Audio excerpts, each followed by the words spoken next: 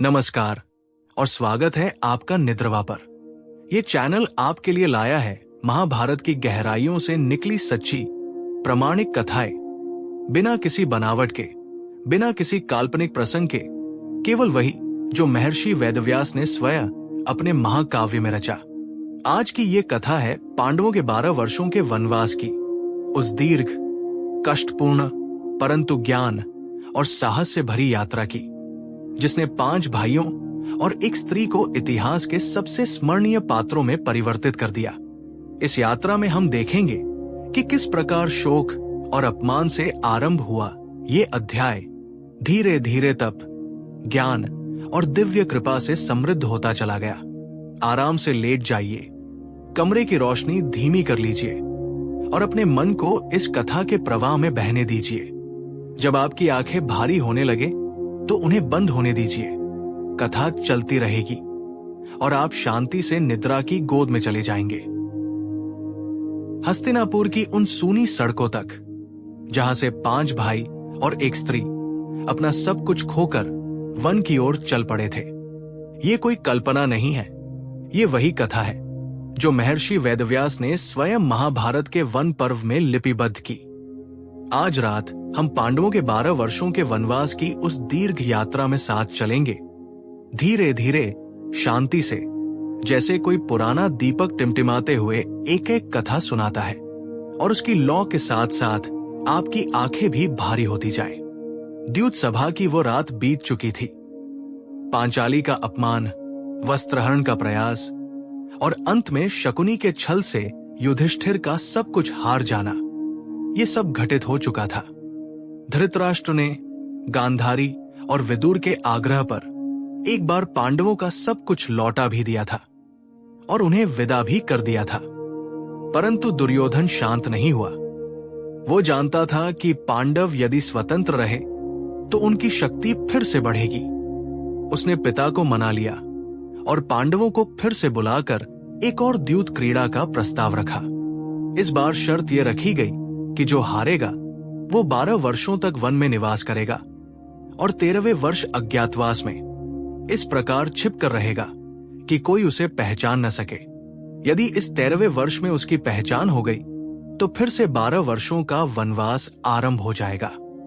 युधिष्ठिर, जो सत्य और धर्म के मार्ग से कभी विचलित नहीं हुए, क्षत्रिय की उस मर्यादा से बंधे हुए थे कि आह्वान किए जाने पर पीछे नहीं हटना चाहिए। उन्होंने इस शर्त को स्वीकार किया और फिर से हार गए। ये प्रतिज्ञा, ये शर्त वेदव्यास के मूल ग्रंथ में स्पष्ट रूप से वर्णित है और यही वो धुरी है जिस पर आगे की पूरी कथा घूमती है। जब पांडव हस्तिनापुर की सड़कों से वन की ओर चले तो नगर के प्रजाजन उनके पीछे पीछे चल पड़े। ये दृश्य वेदव्यास ने बड़ी करुणा से चित्रित किया है। साधारण नागरिक, वृद्ध ब्राह्मण, स्त्रियां और बालक सभी अपने प्रिय राजकुमारों को इस प्रकार जाते देखकर दुखी थे। कई तो बहुत दूर तक उनके साथ साथ चलते रहे, उन्हें लौट आने का आग्रह करते रहे, ये कहते हुए कि हस्तिनापुर उनके बिना अधूरा है। उस भीड़ में कुछ ऐसे भी थे जो दुर्योधन और उसके साथियों के प्रति खुला असंतोष व्यक्त कर रहे थे। यद्यपि खुलकर विरोध करने का साहस किसी में नहीं था। विदुर, जो सदा से पांडवों के हितैषी रहे, धृतराष्ट्र के पास गए और उन्हें भविष्य की भीषण विपत्ति की चेतावनी दी। उन्होंने राजा को स्मरण कराया कि अधर्म का फल कभी शुभ नहीं होता और पांडवों जैसे धर्मात्मा पुरुषों के साथ किया गया अन्याय अंततः कुल का विनाश करेगा। परंतु धृतराष्ट्र पुत्र मोह में बंधा हुआ इस चेतावनी को सुनकर भी कुछ नहीं कर सका। युधिष्ठिर ने अपने साथ चलने वाले नागरिकों से बड़ी विनम्रता से कहा कि वे लौट जाएं, अपने घरों की और राज्य की देखभाल करें, और उन्होंने ये वचन दिया कि नियत समय पूरा होने पर वे अवश्य लौटेंगे और तब तक धैर्य रखने का अनुरोध किया। ये प्रसंग वन पर्व के आरंभ में ही आता है और ये दर्शाता है कि पांडवों के प्रति साधारण प्रजा का प्रेम कितना गहरा और सच्चा था। पांडव पहले प्रमाणकोटि नामक स्थान पर गंगा के तट पर रुके और वहां रात भर विश्राम किया। धौम्य, जो पांडवों के कुल पुरोहित थे, आरंभ से ही उनके साथ रहे, यज्ञ वन की व्यवस्था करते और भाइयों को धर्म के मार्ग पर स्थिर रखने का प्रयास करते रहे। वहां कई ऋषि मुनि जो पांडवों से स्नेह रखते थे उनसे मिलने आए। उनका आशीर्वाद और सांत्वना उन्हें प्राप्त हुई। धीरे धीरे पांडव वन प्रांतों से गुजरते हुए काम्यक वन में पहुंचे, जो सरस्वती नदी के तट पर स्थित था। यही काम्यक वन आगे की अनेक घटनाओं का साक्षी बना और वेदव्यास ने इसका वर्णन बड़े विस्तार से किया है। घने वृक्ष, शीतल जल, पक्षियों का कलरव और वो क्षणिक शांति जो युधिष्ठिर के मन को थोड़ी राहत देती थी। भले ही हृदय अब भी भारी था और द्रौपदी की आंखों में सभा का अपमान अभी भी ताजा था। वन में रहते हुए एक बड़ी समस्या सामने आई, भोजन की। असंख्य ब्राह्मण और तपस्वी जो पांडवों से प्रेम और आदर रखते थे उनके साथ वन में आ गए थे और युधिष्ठिर को ये चिंता भीतर से कुरेदने लगी कि वे इन सब का आदर पूर्वक भरण पोषण कैसे करें, जब स्वयं उनके पास राजसी संसाधन नहीं रहे। अतिथि सेवा उनके लिए धर्म का अभिन्न अंग था और वे किसी को भी असंतुष्ट लौटाना नहीं चाहते थे। ये चिंता इतनी गहरी हो गई कि युधिष्ठिर रात में शांति से सो भी नहीं पाते थे। तब धौम्य के परामर्श पर युधिष्ठिर ने सूर्य देव की उपासना करने का निश्चय किया। उन्होंने संयम से, एकाग्र मन से सूर्य देव के अनेक नामों का स्मरण करते हुए कठोर तप और स्तुति की। सूर्य देव इस भक्ति से प्रसन्न हुए और साक्षात प्रकट होकर युधिष्ठिर को एक अक्षय पात्र प्रदान किया, एक ऐसा दिव्य ताम्र पात्र जिससे भोजन कभी समाप्त नहीं होता था जब तक कि द्रौपदी स्वयं उस दिन का भोजन न कर ले।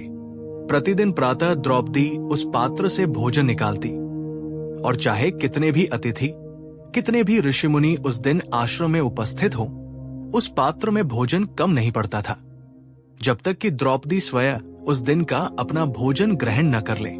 इस पात्र के कारण पांडव वन में रहते हुए भी असंख्य अतिथियों, ऋषियों और ब्राह्मणों का प्रतिदिन आदर पूर्वक सत्कार कर सकते थे और कोई भी उनके आश्रम से भूखा नहीं लौटता था, जिससे युधिष्ठिर के मन का वो भारी बोझ जो अतिथि सेवा की चिंता से उत्पन्न हुआ था बहुत हल्का हो गया।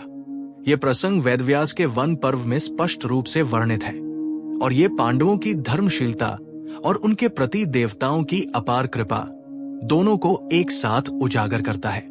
जब भगवान श्री कृष्ण को द्यूत सभा की सारी घटना का समाचार मिला तो वे स्वयं द्वारका से काम्यक वन में पांडवों से मिलने आए। उनके साथ धृष्टद्युम्न और अन्य कई यादव तथा पांचाल जन भी थे।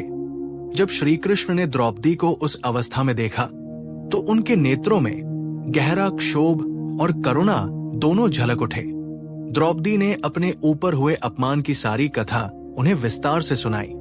किस प्रकार दुःशासन ने उन्हें बालों से पकड़कर सभा में खींचा था, किस प्रकार कर्ण और शकुनी ने उनका उपहास किया था और किस प्रकार वृद्ध भीष्म तथा गुरु द्रोण भी मौन बैठे रहे थे। ये सुनते हुए श्री कृष्ण का मुख गंभीर होता गया। उन्होंने द्रौपदी का हाथ थामते हुए ये प्रतिज्ञा की कि जिन्होंने उनका अपमान किया है वे इसका उपयुक्त प्रतिफल अवश्य पाएंगे और ये भी कहा कि धर्म की रक्षा के लिए यदि आवश्यक हुआ तो वे स्वयं अस्त्र उठाने के लिए भी तत्पर रहेंगे। युधिष्ठिर तथा उनके भाइयों से उन्होंने धैर्य और संयम बनाए रखने का आग्रह किया, ये कहते हुए कि समय आने पर धर्म की विजय अवश्य होगी और वे स्वयं इस कार्य में सदा उनके साथ रहेंगे। ये भेंट पांडवों के मन में एक नई आशा का संचार करती है और वन पर्व में इसका वर्णन गहरे स्नेह और दृढ़ आश्वासन के भाव से भरा हुआ है। कुछ समय पश्चात श्री कृष्ण द्वारका लौट गए, परंतु उनका वचन पांडवों के हृदय में एक स्थायी संबल बन गया। काम्यक वन में रहते हुए ही एक दिन एक राक्षस ने पांडवों के आश्रम पर आक्रमण कर दिया। इस राक्षस का नाम था किरमीर और वह उस बकासुर से घनिष्ठ संबंध रखता था जिसे भीम ने इससे पहले एक्चक्रा नगरी में मारा था। किरमीर काम्यक वन में ही निवास करता था और वो वहां से गुजरने वाले मनुष्यों को अपना आहार बनाता था, जिससे संपूर्ण वन में उसके नाम से भय व्याप्त था और कोई भी सामान्य यात्री उस मार्ग से जाने का साहस नहीं करता था। जब उसने पांडवों को अपने वन में देखा तो उसने पहले उन्हें चुनौती दी, गर्जना करते हुए स्वयं को उस राक्षस के रूप में परिचित कराया जो रात्रि में विचरण करता है, और ये भी कहा कि उसने बहुत समय से बकासुर के मारे जाने का बदला लेने की प्रतीक्षा की है।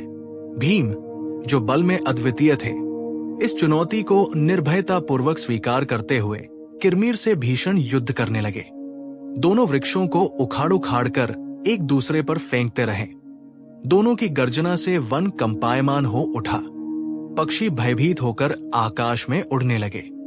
अंततः भीम ने अपने असीम बल से किरमीर को पकड़ लिया और उसे धरती पर पटक कर उसका वध कर दिया। इस विजय से पांडव और उनके साथ रहने वाले ऋषिमुनि निर्भय होकर वन में रह सके, और युधिष्ठिर ने भीम के इस पराक्रम की भूरी भूरी प्रशंसा की। इसी काल में महर्षि वेदव्यास स्वयं पांडवों से मिलने काम्यक वन में आए। उन्होंने देखा कि शोक और चिंता से युधिष्ठिर का शरीर क्षीण हो रहा है, तो उन्होंने उन्हें सांत्वना देते हुए कहा कि संसार में दुख और सुख चक्र की तरह आते जाते हैं, और जो धर्म पर दृढ़ रहता है उसका अंततः कल्याण ही होता है। उन्होंने युधिष्ठिर को स्मरण कराया कि उनके पूर्वज भी कठिन समय से गुजरे थे, और धैर्य ही उस समय में सबसे बड़ा संबल होता है। वेदव्यास ने कुछ समय तक युधिष्ठिर के साथ एकांत में बैठकर उनसे राजनीति, धर्म और भविष्य की रणनीति पर भी विचार विमर्श किया, ये समझाते हुए कि आगे आने वाला समय केवल सहनशीलता का ही नहीं अपितु सुनियोजित तैयारी का भी होना चाहिए। इस भेंट में वेदव्यास ने युधिष्ठिर को एक विशेष विद्या प्रदान की जिसे प्रतिस्मृति कहा गया। ये एक ऐसी विद्या थी जिसके द्वारा उसका स्मरण करने वाला व्यक्ति भूख प्यास और शारीरिक थकान से ऊपर उठकर दीर्घकालीन तप में स्थिर रह सकता था, मन को एकाग्र और अविचलित रख सकता था। वेदव्यास ने यह भी निर्देश दिया कि ये विद्या समय आने पर अर्जुन को सिखाई जाए, क्योंकि आगे उन्हें हिमालय में एक बड़े और दीर्घ तप के लिए जाना होगा, जहां ये विद्या उनके अत्यंत उपयोगी सिद्ध होगी। ये संपूर्ण प्रसंग वन पर्व में वेदव्यास और युधिष्ठिर के संवाद के रूप में विस्तार से वर्णित है, और इसमें एक पितासम गुरु की वो करुणा झलकती है जो अपने शिष्य को आगे आने वाले संघर्ष के लिए तैयार कर रहा हो। वेदव्यास के इस परामर्श और आश्वासन के बाद युधिष्ठिर के मन में ये विचार दृढ़ होने लगा कि आगे आने वाले संघर्ष में विजय के लिए दिव्य अस्त्रों की आवश्यकता अवश्य होगी, विशेष रूप से देवराज इंद्र और भगवान शिव से प्राप्त होने वाले अस्त्रों की, क्योंकि कौरव पक्ष के पास भीष्म, द्रोण और कर्ण जैसे महारथी थे। भाइयों में सबसे अधिक सामर्थ्यवान और धनुर्विद्या में सर्वाधिक निपुण अर्जुन को ये गंभीर उत्तरदायित्व सौंपा गया। युधिष्ठिर, भीम, नकुल, सहदेव और द्रौपदी की उपस्थिति में धौम्य के आशीर्वाद और वेदव्यास द्वारा दी गई प्रतिस्मृति विद्या के साथ अर्जुन ने हिमालय की ओर जाने का दृढ़ संकल्प लिया। एकांत में तप करने के लिए, देवताओं को प्रसन्न करने के लिए और उन दिव्य अस्त्रों को प्राप्त करने के लिए जो भविष्य में धर्म की रक्षा हेतु अनिवार्य होंगे। युधिष्ठिर ने अपने इस वीर भाई को गले लगाया और उन्हें सतर्क तथा संयमित रहने का आशीर्वाद दिया, ये जानते हुए कि आगे का मार्ग अत्यंत दुर्गम और अनिश्चित है। द्रौपदी की आंखों में विदाई के समय आंसू थे, परंतु उन्होंने भी अर्जुन को आशीर्वाद दिया और उनके शीघ्र लौटने की कामना की। अपने भाइयों और पत्नी को काम्यक वन में छोड़कर अर्जुन ने धनुषबाण और कवच धारण कर उत्तर दिशा की ओर प्रस्थान किया। उनके पीठ पीछे काम्यक वन धीरे धीरे ओझल होता गया और यहीं से वनवास की कथा का एक नया अत्यंत भव्य और दिव्य अध्याय आरंभ होता है, जिसमें स्वयं देवता अर्जुन की परीक्षा लेने वाले हैं। पांडवों के इस प्रारंभिक वनवास काल को यदि हम ध्यान से देखें तो ये स्पष्ट होता है कि ये केवल भौतिक कष्ट सहने का समय नहीं था, अपितु ये उनके धर्म, संयम और परस्पर प्रेम की गहन परीक्षा का काल भी था। हर घटना, चाहे वो प्रजा का प्रेम हो, अक्षय पात्र की प्राप्ति हो, श्री कृष्ण का आश्वासन हो, किरमीर पर विजय हो या वेदव्यास का मार्गदर्शन इन सभी ने पांडवों को आगे आने वाले 12 वर्षों के लिए मानसिक और आत्मिक रूप से सुदृढ़ किया। और अब जब अर्जुन हिमालय की दुर्गम चोटियों की ओर बढ़ रहे हैं, हम भी उनके साथ उस यात्रा में चलेंगे जहां शिव, इंद्र और स्वर्ग के देवता स्वयं उनकी परीक्षा लेने वाले हैं। ये यात्रा न केवल अर्जुन के लिए अपितु संपूर्ण पांडव कुल के भविष्य के लिए भी निर्णायक सिद्ध होने वाली थी, क्योंकि इसी यात्रा से प्राप्त हुए अस्त्र और ज्ञान आगे कुरुक्षेत्र के मैदान में धर्म की रक्षा का आधार बनने वाले थे। काम्यक वन की शांत सरस्वती नदी अब पीछे छूट रही थी और आगे हिमालय की बर्फीली चोटियां अपने भीतर अनेक रहस्य और परीक्षाएं समेटे अर्जुन की प्रतीक्षा कर रही थी। अर्जुन उत्तर की ओर बढ़ते रहे, वन प्रांतों को पार करते हुए, नदियों को तैरकर पार करते हुए, जब तक कि हिमालय की उन ऊंची चोटियों तक नहीं पहुंच गए जहां मनुष्य का साधारण पग बहुत कम पड़ता है। वेदव्यास ने इस यात्रा का वर्णन बड़े भव्य ढंग से किया है। बर्फ से ढकी पहाड़ियां, दुर्गम मार्ग और वो एकांत जो केवल तपस्वियों को ही स्वीकार्य होता है। अर्जुन इंद्रकील नामक पर्वत पर पहुंचे और वहां उन्होंने कठोर तप आरंभ किया। उन्होंने अपने वस्त्र त्याग कर मृगचर्म धारण किया, आहार अत्यंत सीमित कर दिया और दिन रात एकाग्र चित्त से देवताओं की आराधना में लीन हो गए। उनकी ये तपस्या इतनी उग्र थी कि तीनों लोकों में उसकी तपन अनुभव होने लगी और स्वयं देवराज इंद्र भी अपने पुत्र की इस साधना से चिंतित और आश्चर्यचकित हुए। एक दिन देवराज इंद्र स्वयं एक तपस्वी ब्राह्मण का रूप धारण करके अर्जुन के पास आए और उनसे पूछा कि वे किस उद्देश्य से ये इतना कठोर तप कर रहे हैं। अर्जुन ने विनयपूर्वक उत्तर दिया कि वे दिव्य अस्त्रों की प्राप्ति हेतु ये तप कर रहे हैं, जिससे वे अपने भाइयों की सहायता कर सके और आगे आने वाले युद्ध में धर्म की रक्षा कर सके। इंद्र ने प्रसन्न होकर कहा कि अस्त्र तो वे स्वयं अपने पुत्र को दे सकते हैं, परंतु उससे पहले उन्हें भगवान शिव को प्रसन्न करना होगा, क्योंकि सबसे शक्तिशाली अस्त्र पाशुपतास्त्र केवल शिव ही प्रदान कर सकते हैं। ये सुनकर अर्जुन ने अपनी तपस्या और अधिक तीव्र कर दी। अब वे केवल भगवान शिव की आराधना में लीन हो गए। इसी काल में एक विशेष घटना घटी जो महाभारत के वन पर्व में अत्यंत रोचक ढंग से वर्णित है। एक असुर जिसका नाम मूक था, शूकर यानी जंगली सुअर का रूप धारण करके अर्जुन पर आक्रमण करने आया, इस विचार से कि तपस्या में लीन अर्जुन को असहाय अवस्था में मार डाला जाए। ठीक उसी क्षण भगवान शिव भी एक किरात अर्थात एक वन्य आखेटक शिकारी का रूप धारण करके अपने गणों के साथ उस स्थान पर उपस्थित थे अर्जुन की परीक्षा लेने हेतु। दोनों ने, अर्जुन और उस किरात रूपी शिव ने, एक ही समय पर उस शूकर पर बाण चला दिया। शूकर वहीं मारा गया, परंतु प्रश्न ये उठा कि उसे किसने मारा, अर्जुन ने या उस अनजान किरात ने। इस पर दोनों में वाद विवाद आरंभ हो गया, जो शीघ्र ही युद्ध में परिवर्तित हो गया। अर्जुन और किरात के मध्य ये युद्ध पहले बाणों से आरंभ हुआ, जिसमें दोनों पक्षों के तीक्ष्ण बाण आकाश में एक दूसरे से टकराते रहे, दिशाओं को गुंजायमान करते रहे। जब अर्जुन के तरकश के सभी बाण समाप्त हो गए तो उन्होंने धनुष को त्याग कर तलवार उठाई, परंतु वह भी किरात के आघात से टूट गई।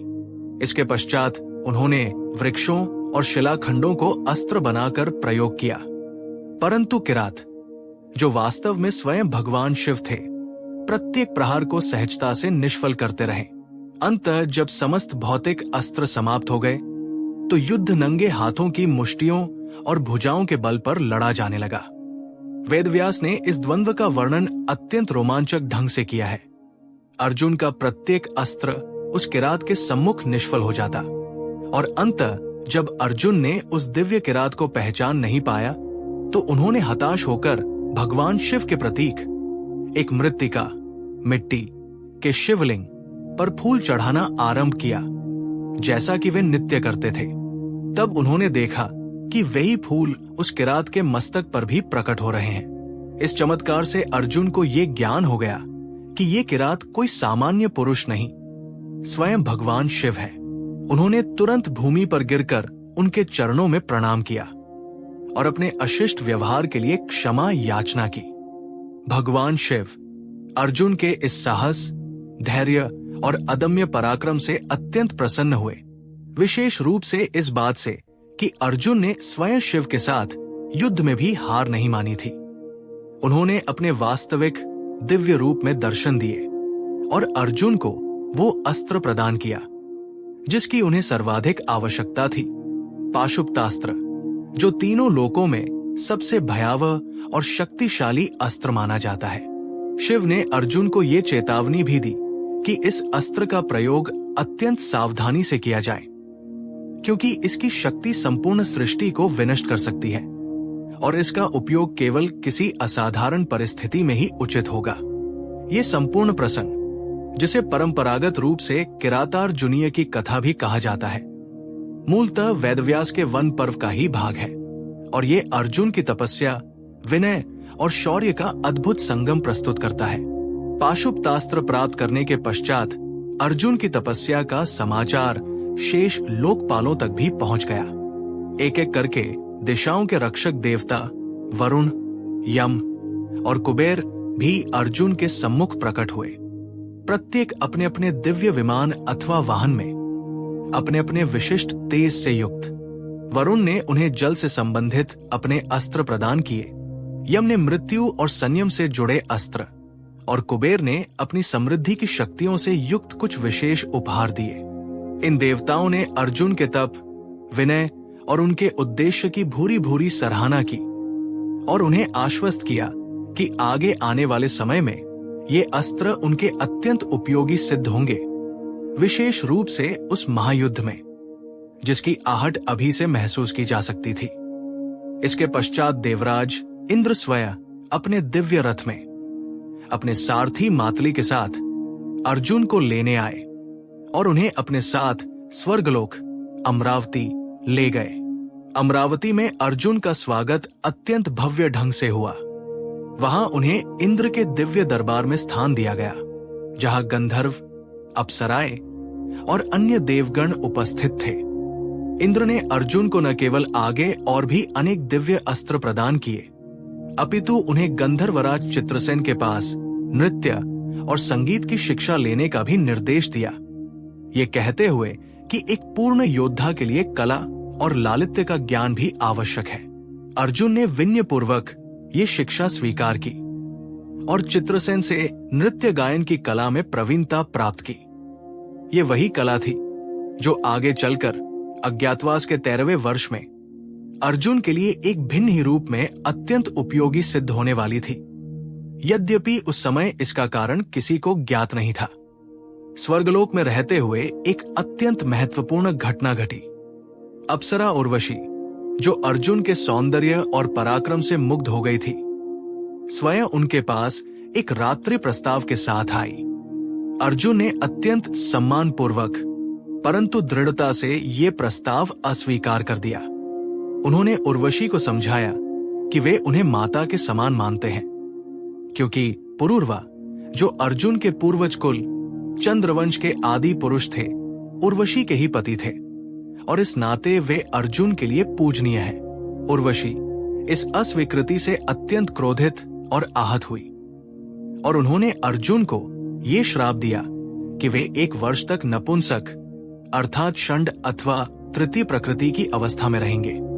ये सुनकर इंद्र ने हस्तक्षेप किया और इस श्राप की अवधि को सीमित करते हुए ये वरदान की भांति परिवर्तित कर दिया कि अर्जुन इस अवस्था का उपयोग अपनी इच्छा के किसी भी 1 वर्ष में कर सकते हैं। ये वही घटना है जिसके कारण आगे चलकर अज्ञातवास के 13वें वर्ष में अर्जुन बृहन्नला के नाम से विराट के राज दरबार में एक नर्तक गुरु के रूप में निवास करने वाले थे और ये प्रसंग महाभारत के वन पर्व में स्पष्ट रूप से वर्णित है। अर्जुन पूरे 5 वर्षों तक स्वर्गलोक में रहे और इस दीर्घ काल में इंद्र से तथा अन्य देवताओं से एक एक करके अनेक दिव्य अस्त्र, मंत्र और उनके प्रयोग की विधियां सीखते रहे। उन्होंने ब्रह्मशिर, वज्र और अन्य कई दुर्लभ अस्त्रों का ज्ञान प्राप्त किया। साथ ही ये भी सीखा कि इन अस्त्रों को किस प्रकार सावधानी से धारण किया जाए और आवश्यकता पड़ने पर किस प्रकार उन्हें शांत भी किया जा सके, क्योंकि एक बार प्रयोग किए गए दिव्य अस्त्र का नियंत्रण खो जाना संपूर्ण सृष्टि के लिए विनाशकारी हो सकता था। ये समय उनके लिए केवल अस्त्र प्राप्ति का ही नहीं, अपितु आत्मानुशासन, विनय और धैर्य की भी परीक्षा का समय था। वेदव्यास इस पूरे प्रसंग को बड़े विस्तार से वर्णित करते हैं, ये दर्शाते हुए कि किस प्रकार एक साधारण मनुष्य कठोर तप और समर्पण के द्वारा देवताओं तक की कृपा प्राप्त कर सकता है। इस बीच काम्यक वन में शेष 4 पांडव और द्रौपदी अर्जुन की प्रतीक्षा में समय व्यतीत कर रहे थे। ये प्रतीक्षा उनके लिए अत्यंत कठिन थी, क्योंकि न तो अर्जुन का कोई समाचार मिल पाता था, न ही ये ज्ञात था कि उनकी तपस्या और यात्रा कब पूर्ण होगी। इसी समय महर्षि लोमश, जो देवलोक और मनुष्यलोक दोनों में विचरण करने वाले एक सिद्ध ऋषि थे, पांडवों के पास आए। उन्होंने पांडवों को ये समाचार दिया कि उन्होंने स्वर्गलोक में अर्जुन को देखा है और वे सकुशल हैं तथा दिव्य अस्त्रों की प्राप्ति में सफल हो रहे हैं। इस समाचार से युधिष्ठिर और उनके भाइयों के मन को बड़ी शांति मिली। महर्षि लोमश ने पांडवों को यह भी परामर्श दिया कि इस प्रतीक्षा काल का उपयोग वे तीर्थयात्रा में करें, विभिन्न पवित्र नदियों, आश्रमों और तीर्थ स्थलों के दर्शन करें, जिससे उनका मन शुद्ध हो और उन्हें पुण्य की प्राप्ति हो।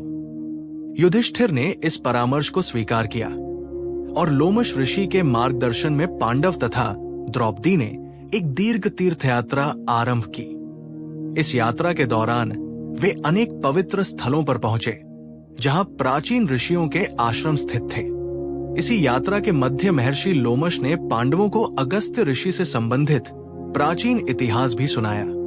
किस प्रकार अगस्त्य ऋषि ने अपने तप के बल से वातापी नामक असुर का, जो ब्राह्मणों को छलपूर्वक भोजन में परिवर्तित कराकर खा जाता था, अंत कर दिया था, और किस प्रकार उन्होंने समुद्र का जल भी अपनी तपस्या की शक्ति से पी लिया था, जब देवताओं को असुरों के विरुद्ध सहायता की आवश्यकता थी।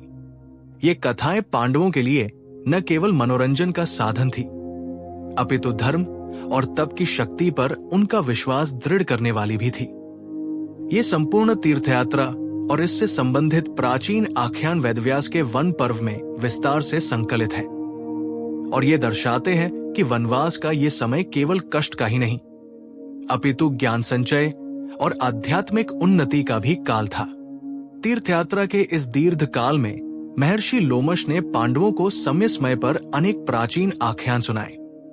जब वे एक तीर्थ से दूसरे तीर्थ की ओर पैदल चलते, नदियों को पार करते और रात्रि में किसी वृक्ष के नीचे या किसी ऋषि के आश्रम में विश्राम करते, इन आख्यानों से उनकी यात्रा की थकान भी कम होती और उनके मन में धर्म तथा तप की महिमा के प्रति श्रद्धा भी दृढ़ होती। इन्हीं आख्यानों में से एक था ऋषि ऋष्यशृंग की कथा। अंग देश में एक समय अत्यंत भीषण अनावृष्टि, सूखा पड़ा था। वर्षों तक आकाश में मेघ नहीं छाए, नदियां और सरोवर सूखने लगे और राजा तथा प्रजा दोनों अत्यंत व्याकुल हो उठे थे। ज्ञानी ब्राह्मणों ने बताया कि जब तक ऋष्यशृंग नामक एक विशेष तपस्वी को अंग देश में नहीं लाया जाएगा, तब तक वृष्टि नहीं होगी। ऋष्यशृंग एक ऐसे तपस्वी थे जो जन्म से ही वन में अपने पिता के साथ स्त्री संसर्ग और सांसारिक जीवन से पूर्णतः अनजान, पूर्ण तप में पले बढ़े थे।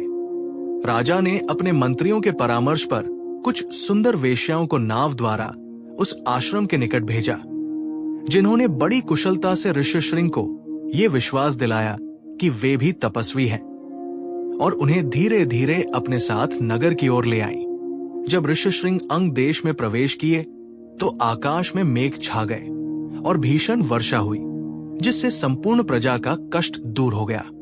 इस कथा के माध्यम से लोमश ऋषि ने पांडवों को ये समझाया कि तपस्या और सिद्ध पुरुषों की उपस्थिति का प्रभाव संपूर्ण प्रकृति पर भी पड़ता है, और ये आख्यान वेदव्यास के वन पर्व के तीर्थयात्रा खंड में विस्तार से वर्णित है। इसी यात्रा के दौरान पांडवों ने एक अन्य स्थान पर अष्टावक्र मुनि से संबंधित आख्यान भी सुना।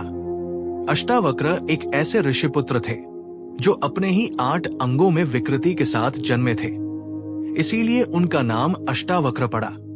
कहा जाता है कि ये विकृति स्वयं उनके गर्भ में रहते हुए उत्पन्न हुई थी। जब उनके पिता कहोड़ वेदपाठ में कोई त्रुटि करते रहे और गर्भस्थ शिशु ने भीतर से ही उन्हें बार बार ये इंगित करने का प्रयास किया, जिससे क्रोधित होकर कहोड़ ने उन्हें शाप दे दिया कि वे 8 अंगों में वक्र होकर जन्म लेंगे। उनके पिता कहोड़ एक विद्वान ब्राह्मण थे, जो एक शास्त्रार्थ में बंदी नामक विद्वान से पराजित होकर जल समाधि को प्राप्त हुए थे। क्योंकि बंदी की ये शर्त थी कि शास्त्रार्थ में पराजित होने वाला जल में डूब जाए। अष्टावक्र जब बड़े हुए और उन्हें अपने पिता की इस दुर्गति का ज्ञान हुआ, तो वे मात्र 12 वर्ष की आयु में ही राजा जनक के दरबार में गए, जहां बंदी विद्वानों को शास्त्रार्थ के लिए चुनौती देते थे। अष्टावक्र के विकृत बालक जैसे शरीर को देखकर सभासद हंसे और उपहास करने लगे, परंतु अष्टावक्र ने अत्यंत गंभीरता और तीक्ष्ण बुद्धि से ये उत्तर दिया कि शरीर की बनावट से किसी की बुद्धि और ज्ञान का मूल्यांकन नहीं किया जा सकता, और चर्मकार की चमड़ी की परख करने वाले ही देखने में सीमित रह जाते हैं, जबकि विद्वान सदा सार को देखता है। उनके इस उत्तर से राजा जनक भी प्रभावित हुए और उन्होंने अष्टावक्र को शास्त्रार्थ में अवसर दिया। अष्टावक्र ने शास्त्रार्थ में बंदी को पराजित कर दिया और अपने पिता कहोड़ को, जो अन्य पराजित विद्वानों के साथ जल समाधि में थे, पुनः जीवित और मुक्त कराया। ये आख्यान भी वन पर्व का ही अंग है और ये पांडवों को ये शिक्षा देता है कि बाह्य रूप रंग या शारीरिक अवस्था किसी की सच्ची क्षमता और धर्मनिष्ठा को कम नहीं करती। एक ऐसी शिक्षा जो स्वयं पांडवों के लिए भी अपनी वर्तमान दीन अवस्था में अत्यंत सारगर्भित थी। लोमश ऋषि के साथ ये तीर्थयात्रा पांडवों के लिए केवल स्थान परिवर्तन का साधन नहीं थी, अपितु ये उनके लिए एक प्रकार की आध्यात्मिक शिक्षा भी थी। प्रत्येक तीर्थ पर, प्रत्येक आश्रम पर उन्हें कोई न कोई नई कथा, कोई न कोई नया दृष्टिकोण प्राप्त होता, जिससे उनका धर्म और सहन शक्ति के प्रति विश्वास और अधिक दृढ़ होता जाता। युधिष्ठिर, जो स्वभाव से ही जिज्ञासु और गंभीर प्रवृत्ति के थे, इन आख्यानों को अत्यंत ध्यान से सुनते और अपने भाइयों तथा द्रौपदी को भी इनसे प्राप्त शिक्षाओं पर विचार करने के लिए प्रेरित करते। इस प्रकार वनवास का ये मध्यकाल यद्यपि कष्टपूर्ण था, धीरे धीरे पांडवों के लिए ज्ञान, अनुभव और आत्मिक शक्ति के संचय का काल भी बन गया, जिससे वे आगे आने वाले और भी कठिन वर्षों तथा अंततः महायुद्ध का सामना करने के लिए तैयार होते जा रहे थे। तीर्थयात्रा के इसी क्रम में एक अन्य पवित्र आश्रम पर पहुंचकर महर्षि लोमश ने पांडवों को एक और अत्यंत रोचक और शिक्षाप्रद आख्यान सुनाया। ये थी सुकन्या और महर्षि च्यवन की कथा। महर्षि च्यवन एक अत्यंत सिद्ध परंतु वृद्ध तपस्वी थे, जिन्होंने अपनी तपस्या इतने दीर्घ काल तक की थी कि उनके शरीर के चारों ओर एक बड़ी वल्मीक, चींटी की बांबी बन गई थी, जिससे केवल उनकी 2 चमकती आंखें ही बाहर दिखाई देती थी और उनका संपूर्ण शरीर मिट्टी और लताओं से ढका हुआ था। एक दिन राजा शर्याती अपनी कन्या सुकन्या के साथ उस वन में विचरण करने आए। सुकन्या, जो स्वभाव से अत्यंत चंचल और जिज्ञासु थी, वन में विचरण करते हुए उस वल्मीक के निकट पहुंची और उन्हें उसमें से चमकती हुई 2 वस्तुएं दिखाई दी, जिन्हें वे कोई कीट अथवा जीव समझकर, बिना ये जाने कि वे वास्तव में महर्षि च्यवन की आंखें, एक कांटिली शाखा से उनमें छेद कर दिया। इस अप्रत्याशित पीड़ा से महर्षि च्यवन को अत्यंत क्रोध आया और उनके इस क्रोध के प्रभाव से राजा शर्याती की संपूर्ण सेना और शिविर में मूत्र विसर्जन तथा मल विसर्जन में अवरोध उत्पन्न हो गया, जिससे संपूर्ण सेना अत्यंत कष्ट में पड़ गई। जब राजा शर्याती को इस विचित्र संकट का कारण ज्ञात नहीं हुआ, तो उनके मंत्रियों ने खोजबीन की और अंततः ये पता चला कि सुकन्या ने अनजाने में महर्षि च्यवन को घायल कर दिया है। राजा शर्याती तत्काल महर्षि के पास गए, क्षमा याचना की और ये जानकर कि महर्षि इस पीड़ा और अपमान के प्रतिफल में सुकन्या को ही अपनी पत्नी के रूप में चाहते हैं। राजा ने अपनी प्रजा की भलाई और धर्म के विचार से अपनी पुत्री का विवाह उस वृद्ध तपस्वी ऋषि से कर दिया। सुकन्या ने भी बिना किसी विरोध के अपने पिता की प्रतिज्ञा और अपने ही अपराध के प्रतिफल को स्वीकार करते हुए महर्षि च्यवन को अपना पति मान लिया और अत्यंत निष्ठा तथा सेवा भाव से उनकी सेवा करने लगी। सुकन्या के इस अटूट पातिव्रत्य और सेवा भाव से प्रसन्न होकर एक दिन अश्विनी कुमार, जो स्वर्ग के दिव्य वैद्य और देवता थे, उस आश्रम के निकट आए। उन्होंने सुकन्या के सौंदर्य को देखा और उनसे ये प्रश्न किया कि वे इतनी वृद्ध कुरूप तपस्वी की सेवा में अपना जीवन क्यों व्यतीत कर रही हैं, जब वे स्वयं इतनी सुंदर है। सुकन्या ने दृढ़तापूर्वक उत्तर दिया कि वे अपने पति के प्रति पूर्णतः समर्पित है और उनके रूप या आयु से उनकी निष्ठा में कोई अंतर नहीं आता। ये उत्तर सुनकर अश्विनी कुमार अत्यंत प्रभावित हुए और उन्होंने सुकन्या को एक प्रस्ताव दिया। वे महर्षि च्यवन को दिव्य सरोवर में स्नान कराकर उन्हें युवा और सुंदर बना देंगे, परंतु इस प्रक्रिया के पश्चात दोनों अश्विनी कुमार तथा युवा हुए च्यवन एक समान रूप धारण कर लेंगे और सुकन्या को स्वयं ही अपने वास्तविक पति को पहचानना होगा। सुकन्या ने इस परीक्षा को स्वीकार किया और अपनी गहन निष्ठा तथा अंतर्दृष्टि के बल पर तीनों समान दिखने वाले पुरुषों में से अपने ही पति च्यवन को सही ढंग से पहचान लिया। इस परीक्षा में सफल होने पर अश्विनी कुमार अत्यंत प्रसन्न हुए और महर्षि च्यवन, जो अब पूर्णतः युवा और सुंदर हो चुके थे, ने अश्विनी कुमारों की इस कृपा के प्रतिफल में उन्हें भी सोमरस पीने का अधिकार दिलाने का वचन दिया, जो उस समय तक केवल प्रमुख देवताओं को ही प्राप्त था। जब इंद्र ने इस बात का विरोध किया तो च्यवन ने अपनी तपस्या की शक्ति से एक भीषण असुर मद उत्पन्न कर दिया, जिससे भयभीत होकर इंद्र को भी अंततः अश्विनी कुमारों को ये अधिकार देने के लिए सहमत होना पड़ा। महर्षि लोमश ने ये कथा सुनाकर पांडवों को ये शिक्षा दी कि निष्ठा, सेवा भाव और धैर्य का फल अंततः अत्यंत मंगलकारी होता है और बाह्य परिस्थितियां चाहे वे कितनी भी विपरीत प्रतीत हों, यदि धर्म और निष्ठा के साथ स्वीकार की जाएं, तो वे भी अंततः सुख और समृद्धि में परिवर्तित हो सकती है। द्रौपदी ने ये कथा अत्यंत ध्यान से सुनी और युधिष्ठिर ने भी इस पर विचार करते हुए कहा कि सुकन्या का उदाहरण उन्हें भी ये स्मरण कराता है कि वनवास की ये कठिन अवस्था भी स्थायी नहीं है और धैर्यपूर्वक इसे सहने वालों का अंततः कल्याण ही होता है। ये आख्यान भी महर्षि वेदव्यास के वन पर्व के तीर्थयात्रा खंड का ही एक प्रामाणिक अंग है और युधिष्ठिर ने इस कथा को सुनकर द्रौपदी की ओर देखा, जो स्वयं भी अपने वर्तमान कष्टों के मध्य निष्ठा और धैर्य का वही उदाहरण प्रस्तुत कर रही थी। वनवास के इन्हीं वर्षों में जब युधिष्ठिर कभी कभी अपने ही मन में ये विचार करते कि द्यूत क्रीड़ा के प्रति उनका आकर्षण और उसके कारण हुई ये संपूर्ण विपत्ति कितनी लज्जाजनक है, एक दिन महर्षि बृहच्छ्व नामक एक तपस्वी ऋषि उनके आश्रम में आए। युधिष्ठिर ने उनसे अपने मन की ये पीड़ा व्यक्त की कि वे स्वयं को इस बात के लिए दोषी मानते हैं कि उनकी अपनी दुर्बलता के कारण ही उनके भाइयों और पत्नी को ये कष्ट सहना पड़ रहा है। इस पर बृहच्छ्व ऋषि ने युधिष्ठिर को सांत्वना देते हुए निषद देश के राजा नल की कथा सुनाई, ये दर्शाने के लिए कि द्यूत क्रीड़ा की ये विपत्ति केवल युधिष्ठिर पर ही नहीं, अपितु प्राचीन काल के अत्यंत गुणवान और धर्मात्मा राजाओं पर भी आई थी और ये मानवीय दुर्बलता से अधिक दैवीय विधान का ही एक भाग होती है। राजा नल निषद देश के अत्यंत रूपवान, गुणवान और न्यायप्रिय शासक थे। उनका विवाह विदर्भ देश की राजकुमारी दमयंती से हुआ था, जो अपने सौंदर्य और शील के लिए संपूर्ण आर्यावर्त में विख्यात थी।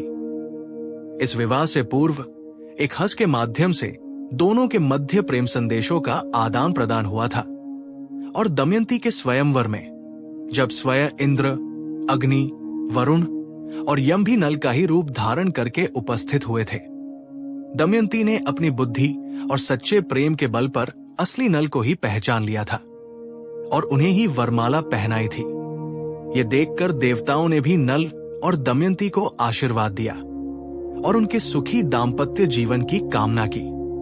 परंतु उस स्वयंवर में उपस्थित कली नामक एक दुष्ट शक्ति, जो देवताओं के बाद पहुंचा था और दमयंती को न पा सकने के कारण अत्यंत क्रोधित हुआ, उसने नल से बदला लेने का निश्चय किया। कली ने 12 वर्षों तक प्रतीक्षा की, जब तक कि नल एक संध्या वंदन के पश्चात अशुद्ध पैरों से पूजा में बैठ गए, और इस छोटी सी असावधानी के कारण कली को नल के शरीर में प्रवेश करने का अवसर मिल गया। कली के प्रवेश करने के पश्चात नल की बुद्धि धीरे धीरे विकृत होने लगी और उन्हें अपने ही भाई पुष्कर के साथ द्यूत क्रीड़ा खेलने की तीव्र इच्छा होने लगी। पुष्कर, जो स्वयं भी छल में निपुण था और कली की इस शक्ति का सहारा ले रहा था, नल के साथ द्यूत खेलने लगा और नल एक एक करके अपना संपूर्ण राज्य, धन संपत्ति, यहां तक कि अपने वस्त्र भी हार गए। अपनी संपूर्ण संपत्ति और राज्य हार जाने के पश्चात नल अपनी पत्नी दमयंती के साथ केवल एक वस्त्र में राज्य से निर्वासित होकर वन की ओर चल पड़े, ठीक उसी प्रकार जैसे युधिष्ठिर और उनके भाई बहन द्यूत में हारकर वन गए थे। वन में विचरण करते हुए एक रात नल के मन में ये विचार आया कि उनकी दुर्भाग्यपूर्ण उपस्थिति दमयंती के लिए भी कष्टकारी है और शायद उनके बिना दमयंती अपने पिता के घर सुरक्षित पहुंच सकेगी, जबकि उनके साथ रहकर वो केवल और अधिक कष्ट ही भोगेंगी। कली के प्रभाव में अत्यंत विक्षिप्त मन स्थिति में नल कई बार दमयंती को छोड़ने का विचार बनाते और फिर उसे त्याग देते, क्योंकि उनका हृदय भी उन्हें ऐसा करने से रोकता था। परंतु अंततः एक रात्रि, जब दमयंती गहरी निद्रा में सो रही थी, कली के प्रभाव ने नल की बुद्धि पर पूर्ण अधिकार कर लिया। उन्होंने अपने वस्त्र का एक भाग काटकर दमयंती के लिए छोड़ दिया, जिससे कम से कम उनका शरीर ढका रह सके, और सोती हुई दमयंती को वन में ही त्याग कर बार बार पीछे मुड़कर देखते हुए अश्रुपूर्ण नेत्रों से स्वयं आगे बढ़ गए।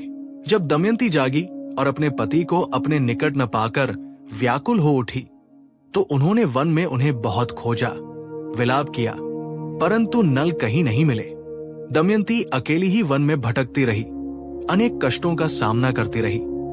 एक अजगर ने उन्हें निगलने का प्रयास किया।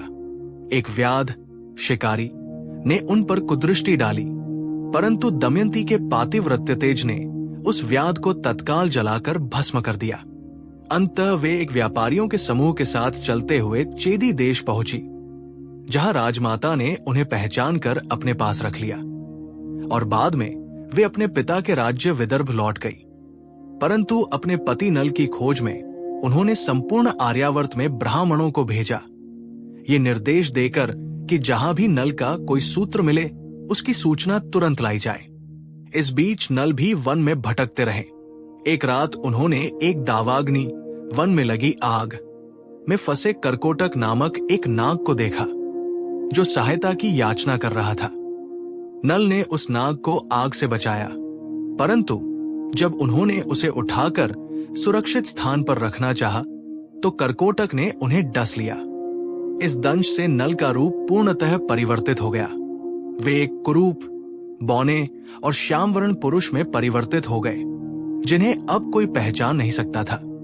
करकोटक ने नल को यह बताया कि यह दंश वास्तव में एक वरदान है, क्योंकि इस नए रूप में कली की शक्ति नल के शरीर में अधिक समय तक नहीं टिक पाएगी, और यह रूपांतरण उन्हें भविष्य में सुरक्षा भी प्रदान करेगा, जब तक कि उपयुक्त समय पर वे अपना वास्तविक रूप पुनः प्राप्त न कर लें। करकोटक ने नल को घोड़ों और रथ संचालन में अद्भुत निपुणता का वरदान भी दिया। इस नए रूप में बाहुक नाम धारण करके नल अयोध्या के राजा ऋतुपर्ण के दरबार में एक सारथी के रूप में नियुक्त हो गए, जहां उनकी अश्व संचालन की अद्भुत कुशलता की प्रशंसा होने लगी। इस बीच दमयंती के भेजे हुए ब्राह्मणों में से एक ने अयोध्या में इस कुरूप सारथी बाहुक की विचित्र प्रतिभा का समाचार सुना, और उसे ये संदेह हुआ कि ये सारथी स्वयं नल हो सकते हैं। दमयंती ने बड़ी बुद्धिमत्ता से एक योजना बनाई। उन्होंने ये घोषणा करवाई कि वे पुनः स्वयंवर करने वाली हैं, और ये जानते हुए कि नल, यदि वे कहीं भी हो, इस समाचार पर अत्यंत त्वरित गति से विदर्भ पहुंचने का प्रयास करेंगे। विशेष रूप से यदि उन्हें कोई अद्भुत सारथी उस दूरी को असंभव समय में पूरा करने में सहायता करे।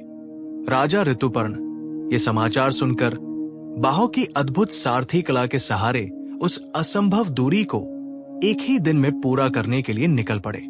मार्ग में राजा ऋतुपर्ण और बाहुक नल के मध्य कुछ ऐसी बातचीत हुई जिसमें ऋतुपर्ण ने बाहुक को अक्षविद्या यानी द्यूत क्रीड़ा में पासों की गूढ़ गणना का ज्ञान सिखाया, ये न जानते हुए कि वे स्वयं नल से बात कर रहे हैं, जो स्वयं द्यूत में हार का सामना कर चुके थे। इस ज्ञान के आदान प्रदान के साथ ही नल के भीतर छिपा कली का प्रभाव भी धीरे धीरे क्षीण होता गया और अंततः कली नल के शरीर को पूर्णतः त्याग कर चला गया। जब बाहुक विदर्भ पहुंचे तो दमयंती ने अपनी दासी के माध्यम से उनकी परीक्षा ली। उन्होंने बाहुक से एक विशेष प्रकार का भोजन पकाने को कहा, जो केवल नल ही उस विशेष विधि से बना सकते थे। और जब बाहुक ने वही भोजन उसी दिव्य कुशलता से पकाया तो दमयंती को पूर्ण विश्वास हो गया कि ये सारथी वास्तव में उनके ही पति नल है, यद्यपि रूप बदल गया है। अंततः करकोटक नाग के दिए हुए विशेष वस्त्र और मंत्र शक्ति के प्रभाव से नल ने अपना मूल सुंदर रूप पुनः प्राप्त किया और दमयंती से उनका पुनर्मिलन हुआ, जो अत्यंत भावपूर्ण और आनंददायक था।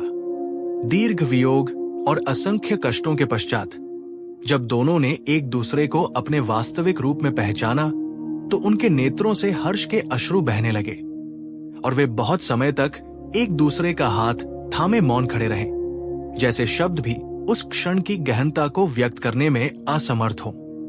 इसके पश्चात नल पुनः निषद देश गए और अपने भाई पुष्कर को द्यूत क्रीड़ा में पुनः चुनौती दी, इस बार पूर्ण अक्षविद्या के ज्ञान के साथ। इस बार नल ने पुष्कर को पराजित कर दिया और अपना संपूर्ण राज्य पुनः प्राप्त कर लिया तथा अपने भाई के प्रति भी क्षमा और उदारता का भाव प्रदर्शित करते हुए उसे अपने राज्य में सम्मान सहित रखा, ये दर्शाते हुए कि विजय के पश्चात भी वैरभाव रखना उच्च चरित्र के अनुरूप नहीं है।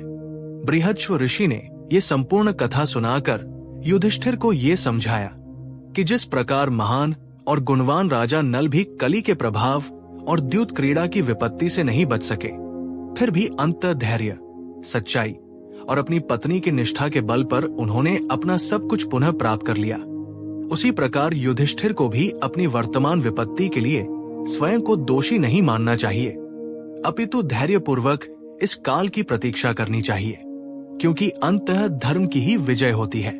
इसके पश्चात बृहस्व ऋषि ने युधिष्ठिर को स्वयं अक्षविद्या अर्थात द्यूत क्रीड़ा के पासों की गूढ़ गणना का ज्ञान भी सिखाया, ये कहते हुए कि भविष्य में यदि उन्हें पुनः कभी द्यूत खेलने की स्थिति आए तो वे इस ज्ञान के बल पर कभी छल का शिकार नहीं होंगे। ये संपूर्ण नलोपाख्यान महाभारत के वन पर्व में एक विस्तृत स्वतंत्र आख्यान के रूप में वेदव्यास द्वारा वर्णित है और ये धैर्य, निष्ठा और पत्नी प्रेम की महिमा का एक अत्यंत सुंदर उदाहरण प्रस्तुत करता है।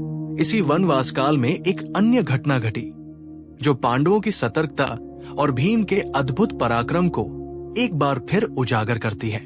एक राक्षस जिसका नाम जटासुर था, ब्राह्मण का रूप धारण करके पांडवों के आश्रम में आ गया और बड़ी चतुराई से स्वयं को एक विद्वान धर्मपरायण ब्राह्मण के रूप में प्रस्तुत किया। पांडव जो अतिथियों का सदा आदर करते थे, इस छद्म ब्राह्मण को भी अपने आश्रम में सम्मान पूर्वक रहने की अनुमति दे दी, बिना ये जाने कि वो वास्तव में एक राक्षस है जो केवल उपयुक्त अवसर की प्रतीक्षा में उनके साथ रह रहा है। जटासुर बड़ी धीरता से प्रतीक्षा करता रहा, ये देखता रहा कि कब पांडव भाई एक साथ आश्रम से दूर चले जाएं, जिससे वो अपनी दुष्ट योजना को क्रियान्वित कर सके। एक दिन ऐसा अवसर आ गया जब अर्जुन उस समय तक हिमालय में तप कर रहे थे और भीम भोजन की खोज में वन में दूर निकल गए थे। आश्रम में केवल युधिष्ठिर, द्रौपदी, नकुल और सहदेव उपस्थित थे।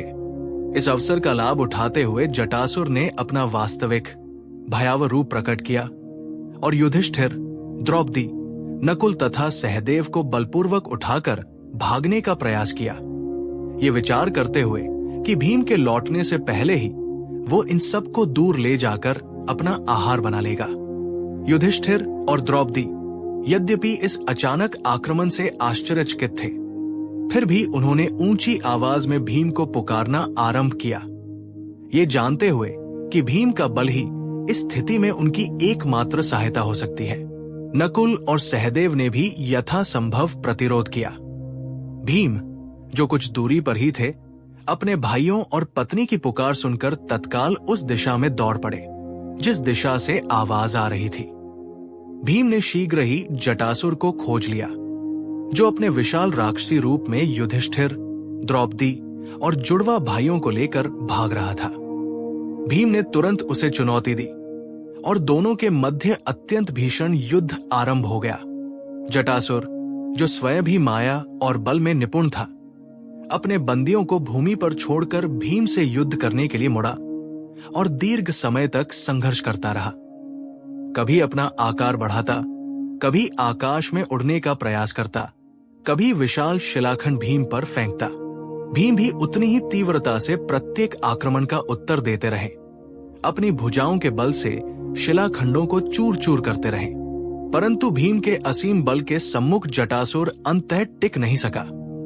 भीम ने उसे भूमि पर पटककर उसकी गर्दन और अंगों को इस प्रकार पकड़ा कि जटासुर छूट नहीं सका और अंततः भीम ने उसका वध कर दिया, उसके शरीर को 2 भागों में विभक्त करते हुए, जैसा उन्होंने इससे पहले हिडिंब तथा बकासुर के साथ भी किया था।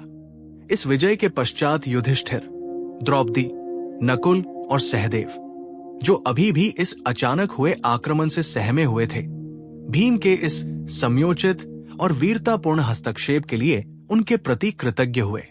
युधिष्ठिर ने भीम को हृदय से लगाया और ये कहा कि यदि भीम उस समय निकट न होते तो ये घटना उनके परिवार के लिए अत्यंत भयावह परिणाम ला सकती थी। इस घटना ने पांडवों को ये पुनः स्मरण कराया कि वन में रहते हुए उन्हें प्रत्येक क्षण सतर्क रहना आवश्यक है, क्योंकि छद्म रूप धारण करने वाले राक्षस किसी भी समय, किसी भी वेश में उन पर आक्रमण कर सकते हैं। जटासुरवध की ये घटना भी वेदव्यास के वन पर्व में स्पष्ट रूप से वर्णित है और ये भीम के अद्वितीय बल तथा अपने परिवार की रक्षा के प्रति उनकी अटूट सजगता का एक और सशक्त प्रमाण प्रस्तुत करती है। तीर्थयात्रा करते हुए पांडव धीरे धीरे उस दिशा की ओर बढ़े जहां गंधमादन नामक पर्वत स्थित था, जो कुबेर के निवास के निकट माना जाता है। ये क्षेत्र अत्यंत दुर्गम था।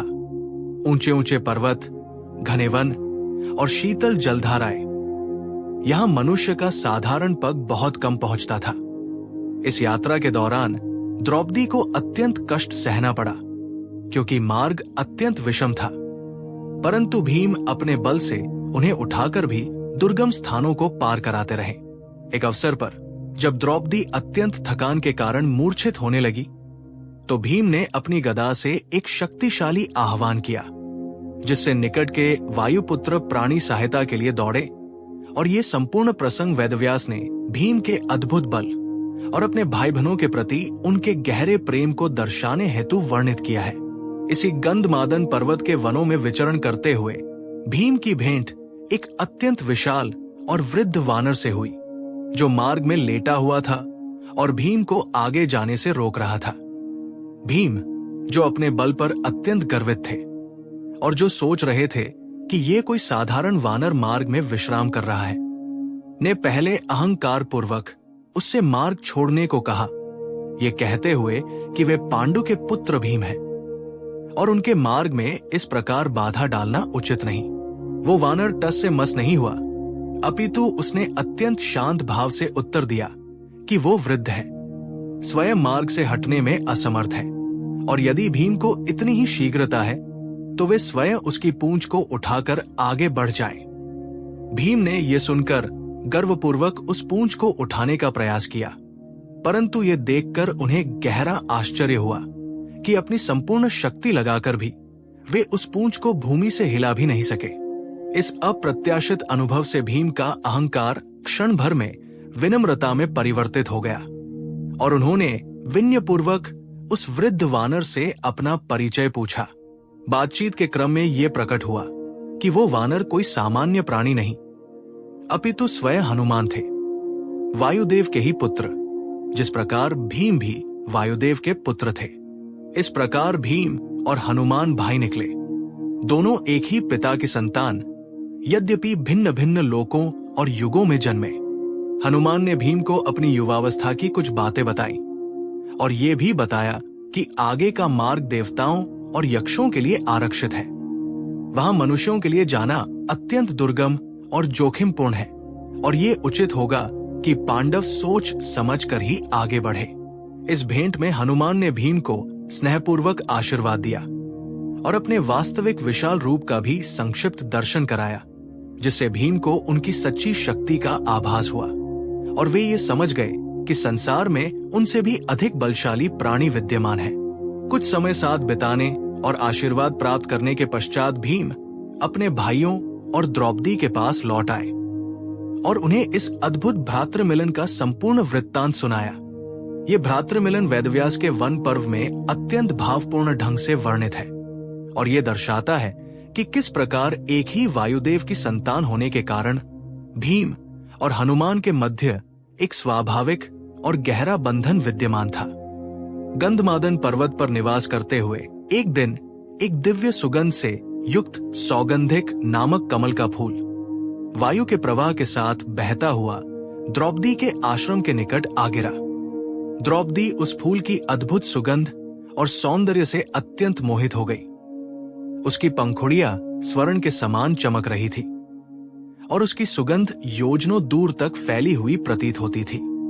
उन्होंने भीम से आग्रह किया कि वे उन्हें ऐसे और फूल लाकर दें जिससे वे अपने आश्रम को सुसज्जित कर सकें और युधिष्ठिर के पास एक ऐसा उपहार हो जो उनके तपस्वी जीवन में थोड़ा सौंदर्य और आनंद भी ला सके।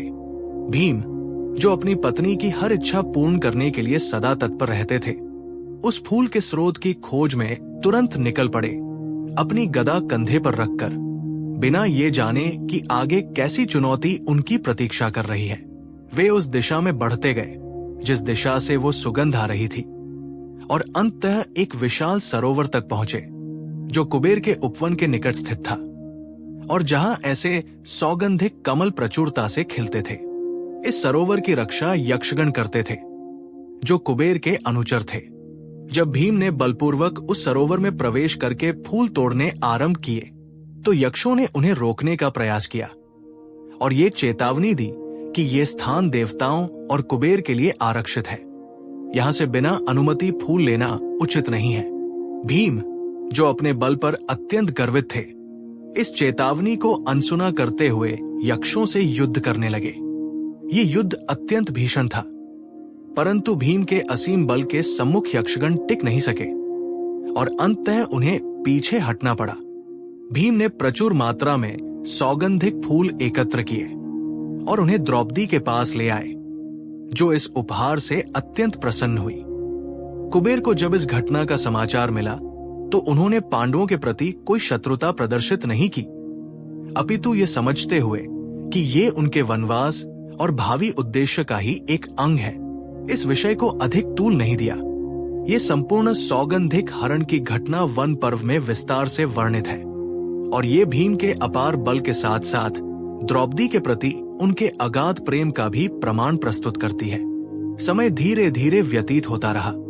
पांडव गंधमादन और उसके आसपास के क्षेत्रों में विचरण करते रहे, तीर्थों के दर्शन करते रहे और अर्जुन की प्रतीक्षा करते रहे।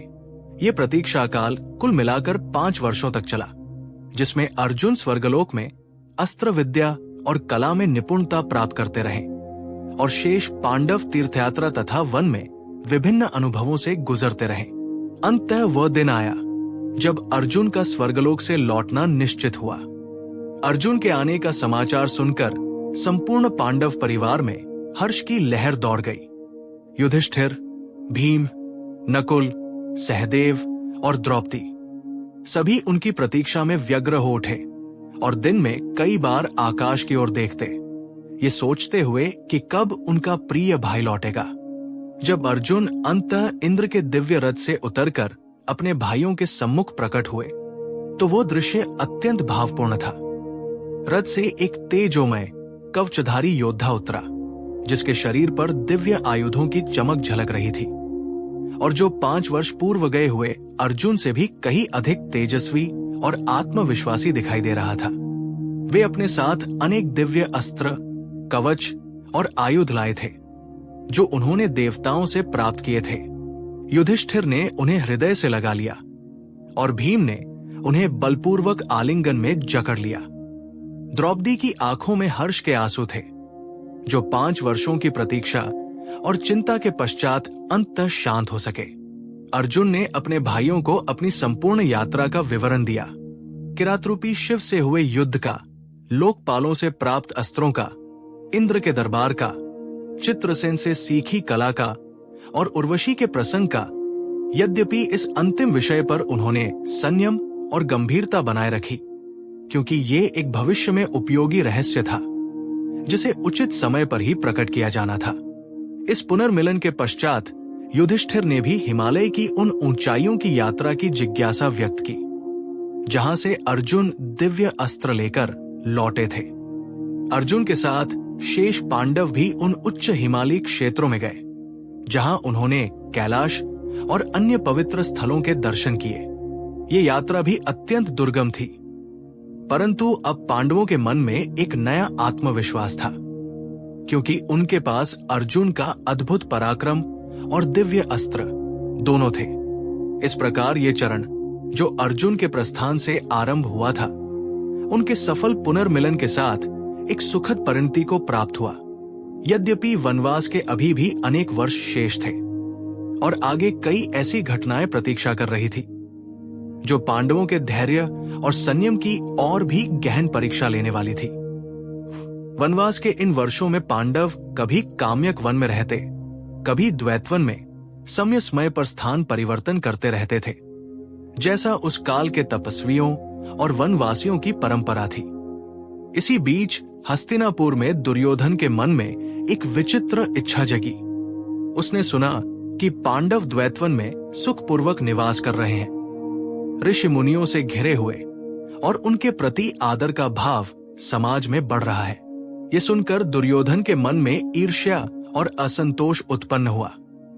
उसने ये सोचा कि वह भी अपनी सेना और परिवार के साथ द्वैतवन जाकर वहां अपनी समृद्धि और वैभव का प्रदर्शन करेगा, जिससे पांडवों को ये अनुभव हो कि वे अब भी दीनहीन अवस्था में हैं, जबकि वो स्वयं राजसी वैभव का भोग कर रहा है। इस उद्देश्य से दुर्योधन ने घोषयात्रा नामक एक विशाल अभियान की योजना बनाई, जिसका बाह्य कारण गोधन, गायों की देखभाल और गणना करना बताया गया, परंतु वास्तविक उद्देश्य पांडवों को अपनी समृद्धि दिखाकर उन्हें अपमानित करना था। ये संपूर्ण प्रसंग वेदव्यास के वन पर्व में विस्तार से वर्णित है। दुर्योधन अपने भाइयों कर्ण तथा एक विशाल सेना के साथ द्वैतवन के निकट पहुंचा और वहां अपना भव्य शिविर स्थापित किया, ठीक उस स्थान के निकट जहां पांडव निवास कर रहे थे।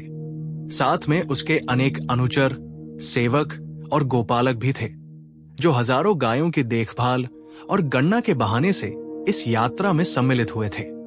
दुर्योधन का ये इरादा था कि जब पांडव उसके इस राजसी वैभव, उसकी विशाल सेना और उसकी समृद्धि को देखेंगे तो उनके मन में हीनता और लज्जा का भाव उत्पन्न होगा और यही उसे संतोष प्रदान करेगा। परंतु उसकी ये योजना उसकी अपनी अपेक्षा के सर्वथा विपरीत परिणाम लेकर आई। उस वन क्षेत्र में गंधर्वराज चित्रसेन, वही चित्रसेन जिनसे अर्जुन ने स्वर्गलोक में नृत्य संगीत की शिक्षा प्राप्त की थी, अपने गंधर्व समूह के साथ पहले से ही विचरण कर रहे थे और उन्होंने उस स्थान पर अपना जल क्रीड़ा स्थल पहले से ही स्थापित कर रखा था। जब दुर्योधन के सैनिकों ने उस स्थान पर अपना शिविर लगाना चाहा, तो गंधर्वों और कौरव सेना के मध्य विवाद उत्पन्न हो गया, जो शीघ्र ही युद्ध में परिवर्तित हो गया।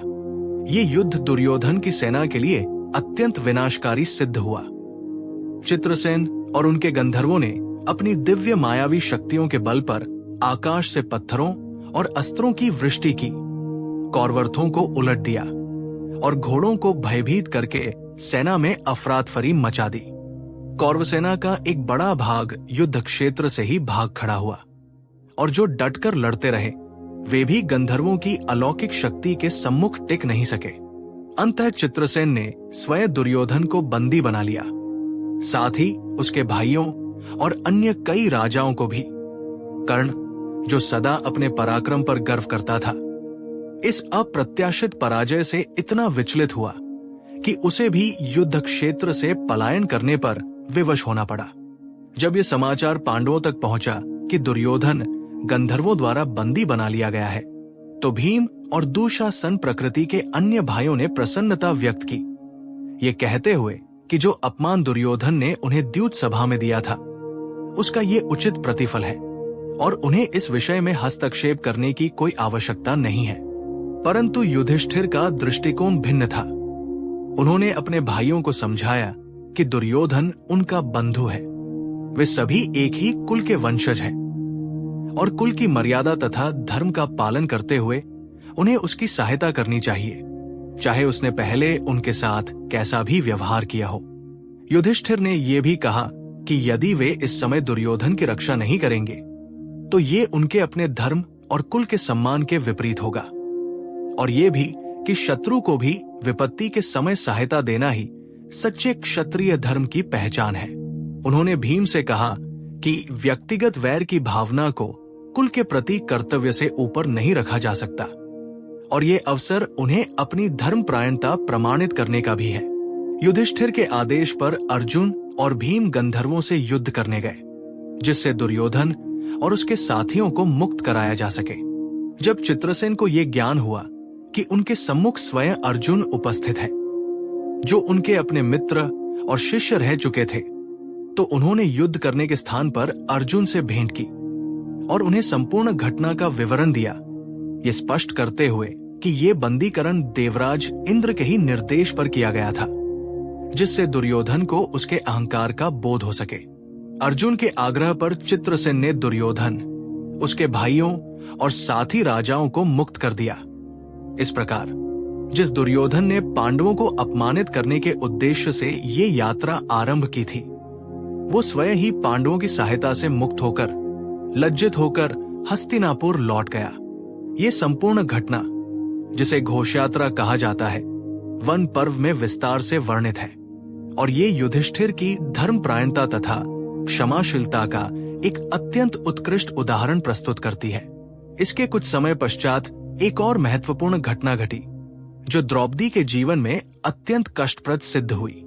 एक दिन जब पांडव भोजन की खोज में वन में दूर निकल गए थे और आश्रम में केवल द्रौपदी और धौम्य ऋषि उपस्थित थे, तभी सिंधु देश के राजा जयद्रथ, जो दुर्योधन की भगिनी दूशला के पति थे, उस मार्ग से गुजरते हुए पांडवों के आश्रम के निकट पहुंचे। द्रौपदी के अद्भुत सौंदर्य को देखकर जयद्रथ का मन विचलित हो गया और उसने द्रौपदी से अनुचित प्रस्ताव रखा। द्रौपदी ने दृढ़ता से उसे अस्वीकार किया और उसे धर्म तथा मर्यादा का स्मरण कराया। परंतु जयद्रथ काम वासना से अंधा होकर बलपूर्वक द्रौपदी को अपने रथ पर उठाकर ले गया, जबकि धौम्य ऋषि पीछे पीछे विलाप करते हुए दौड़ते रहे।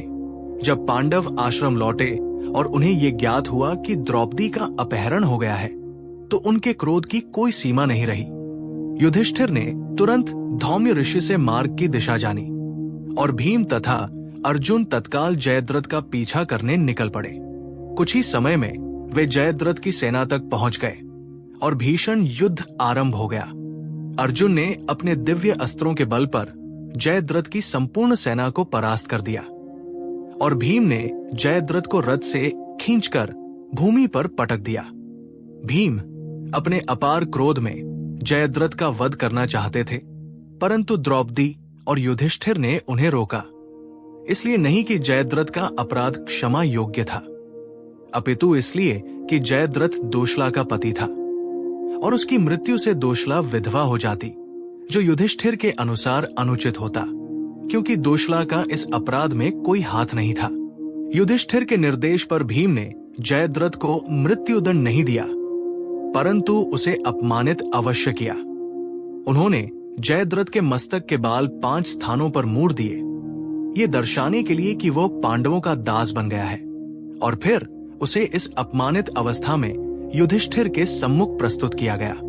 जयद्रथ लज्जा से सिर झुकाए कुछ भी बोल नहीं सका। द्रौपदी जो पास ही खड़ी थी, चाहती तो उस समय जयद्रथ के प्रति और भी कठोर व्यवहार का आग्रह कर सकती थी, परंतु युधिष्ठिर के धर्मपद का सम्मान करते हुए वे भी मौन रही। अंततः युधिष्ठिर ने उसे जीवन दान देकर मुक्त कर दिया, ये कहते हुए कि ये अपमान ही उसके अपराध का पर्याप्त प्रतिफल है।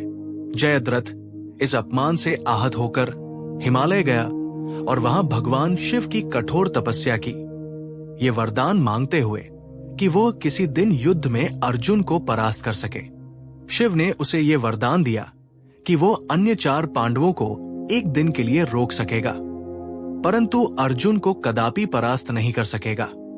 ये वरदान आगे चलकर कुरुक्षेत्र के युद्ध में अत्यंत महत्वपूर्ण भूमिका निभाने वाला था। जब अभिमन्यु के वध की कथा में जयद्रथ की ये भूमिका सामने आती, द्रौपदी के इस अपहरण और उसके पश्चात की संपूर्ण घटना वन पर्व में विस्तार से वर्णित है, और ये युधिष्ठिर की न्यायप्रियता तथा भीम और अर्जुन के अपनी पत्नी के प्रति अगाध प्रेम और रक्षा भावना को उजागर करती है। जयद्रथ की इस घटना के पश्चात पांडवों का मन पुनः शोक और चिंता से भर गया, विशेष रूप से इस विचार से कि द्रौपदी को कितनी बार अपमान और कष्ट सहना पड़ रहा है। इसी समय में परम सिद्ध ऋषि मार्कंडे, जो अत्यंत दीर्घायु माने जाते हैं और जिन्होंने अनेक युगों और कल्पों को अपनी आंखों से देखा था, पांडवों के आश्रम में पहुंचे। युधिष्ठिर ने उनका भावपूर्ण स्वागत किया और उनसे धर्म, काल तथा भाग्य के विषय में अनेक प्रश्न पूछे। मार्कंडे ऋषि ने युधिष्ठिर को अनेक प्राचीन आख्यान सुनाए, ये दर्शाने के लिए कि संसार में धर्म पर चलने वालों को अंततः विजय अवश्य मिलती है, चाहे मार्ग कितना भी कठिन क्यों न हो, और ये भी कि समय स्वयं एक चक्र है जिसमें सुख और दुख दोनों अपने अपने समय पर आते हैं। इसी अवसर पर एक प्रसंग में द्रौपदी ने ऋषि मार्कंडे और उपस्थित सभी से ये प्रश्न पूछा कि क्या किसी पतिव्रता स्त्री का उदाहरण है जिसने अपने तप और निष्ठा के बल से अपने पति को मृत्यु के मुख से भी वापस ला दिया हो। इस प्रश्न के उत्तर में मार्कंडे ऋषि ने युधिष्ठिर और द्रौपदी को सावित्री और सत्यवान की कथा सुनाई, जो स्वयं वेदव्यास के वन पर्व में एक स्वतंत्र आख्यान के रूप में सम्मिलित है। सावित्री मद्र देश के राजा अश्वपति की एकमात्र पुत्री थी, जो अत्यंत तेजस्वी, बुद्धिमती और दृढ़ निश्चयी थी। जब उनके विवाह का समय आया तो उन्होंने स्वयं ही अपने योग्य वर की खोज करने का निश्चय किया। अपनी यात्रा में उन्होंने सत्यवान नामक एक राजकुमार को देखा, जो अपने पिता अंधे और राज्य विहीन राजा द्युमत्सेन के साथ वन में तपस्वी जीवन व्यतीत कर रहा था। सावित्री सत्यवान के गुणों और चरित्र से अत्यंत प्रभावित हुई और उन्होंने उन्हें ही अपना पति चुनने का निश्चय किया। जब वे लौटकर अपने पिता को ये बात बताने आई तो देवर्षि नारद, जो उस समय वहां उपस्थित थे, ने ये प्रकट किया कि सत्यवान अत्यंत गुणवान तो है, परंतु उनके भाग्य में केवल 1 वर्ष का जीवन शेष है। ठीक 1 वर्ष पश्चात उनकी मृत्यु निश्चित है। ये सुनकर अश्वपति ने सावित्री को ये विवाह न करने की सलाह दी, परंतु सावित्री अपने निर्णय पर अटल रही, ये कहते हुए कि जो वर एक बार मन से चुन लिया जाए उसे पुनः बदलना उचित नहीं। सावित्री का विवाह सत्यवान से हुआ और वे अपने श्वसुर श्वसुरा के साथ वन में ही निवास करने लगी।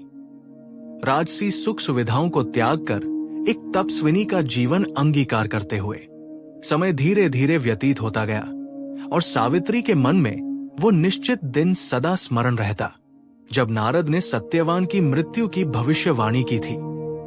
जैसे जैसे वो दिन निकट आता गया, सावित्री ने कठोर व्रत और उपवास आरंभ कर दिया। त्रिरात्र व्रत का पालन करते हुए अपने मन और शरीर को इस भावी संघर्ष के लिए तैयार करती रही। जब वो निश्चित दिन आया तो सावित्री ने सत्यवान से आग्रह किया कि वे उन्हें अपने साथ वन में लकड़ी काटने ले जाएं। यद्यपि ये उनके व्रत की मर्यादा के विपरीत प्रतीत होता था, परंतु उनके श्वसुर श्वसुरा ने उन्हें अनुमति दे दी, क्योंकि विवाह के पश्चात सावित्री ने कभी उनसे कोई विशेष आग्रह नहीं किया था। वन में लकड़ी काटते समय सत्यवान को अचानक तीव्र सिरदर्द और थकान का अनुभव हुआ और वे सावित्री की गोद में सिर रखकर विश्राम करने लगे।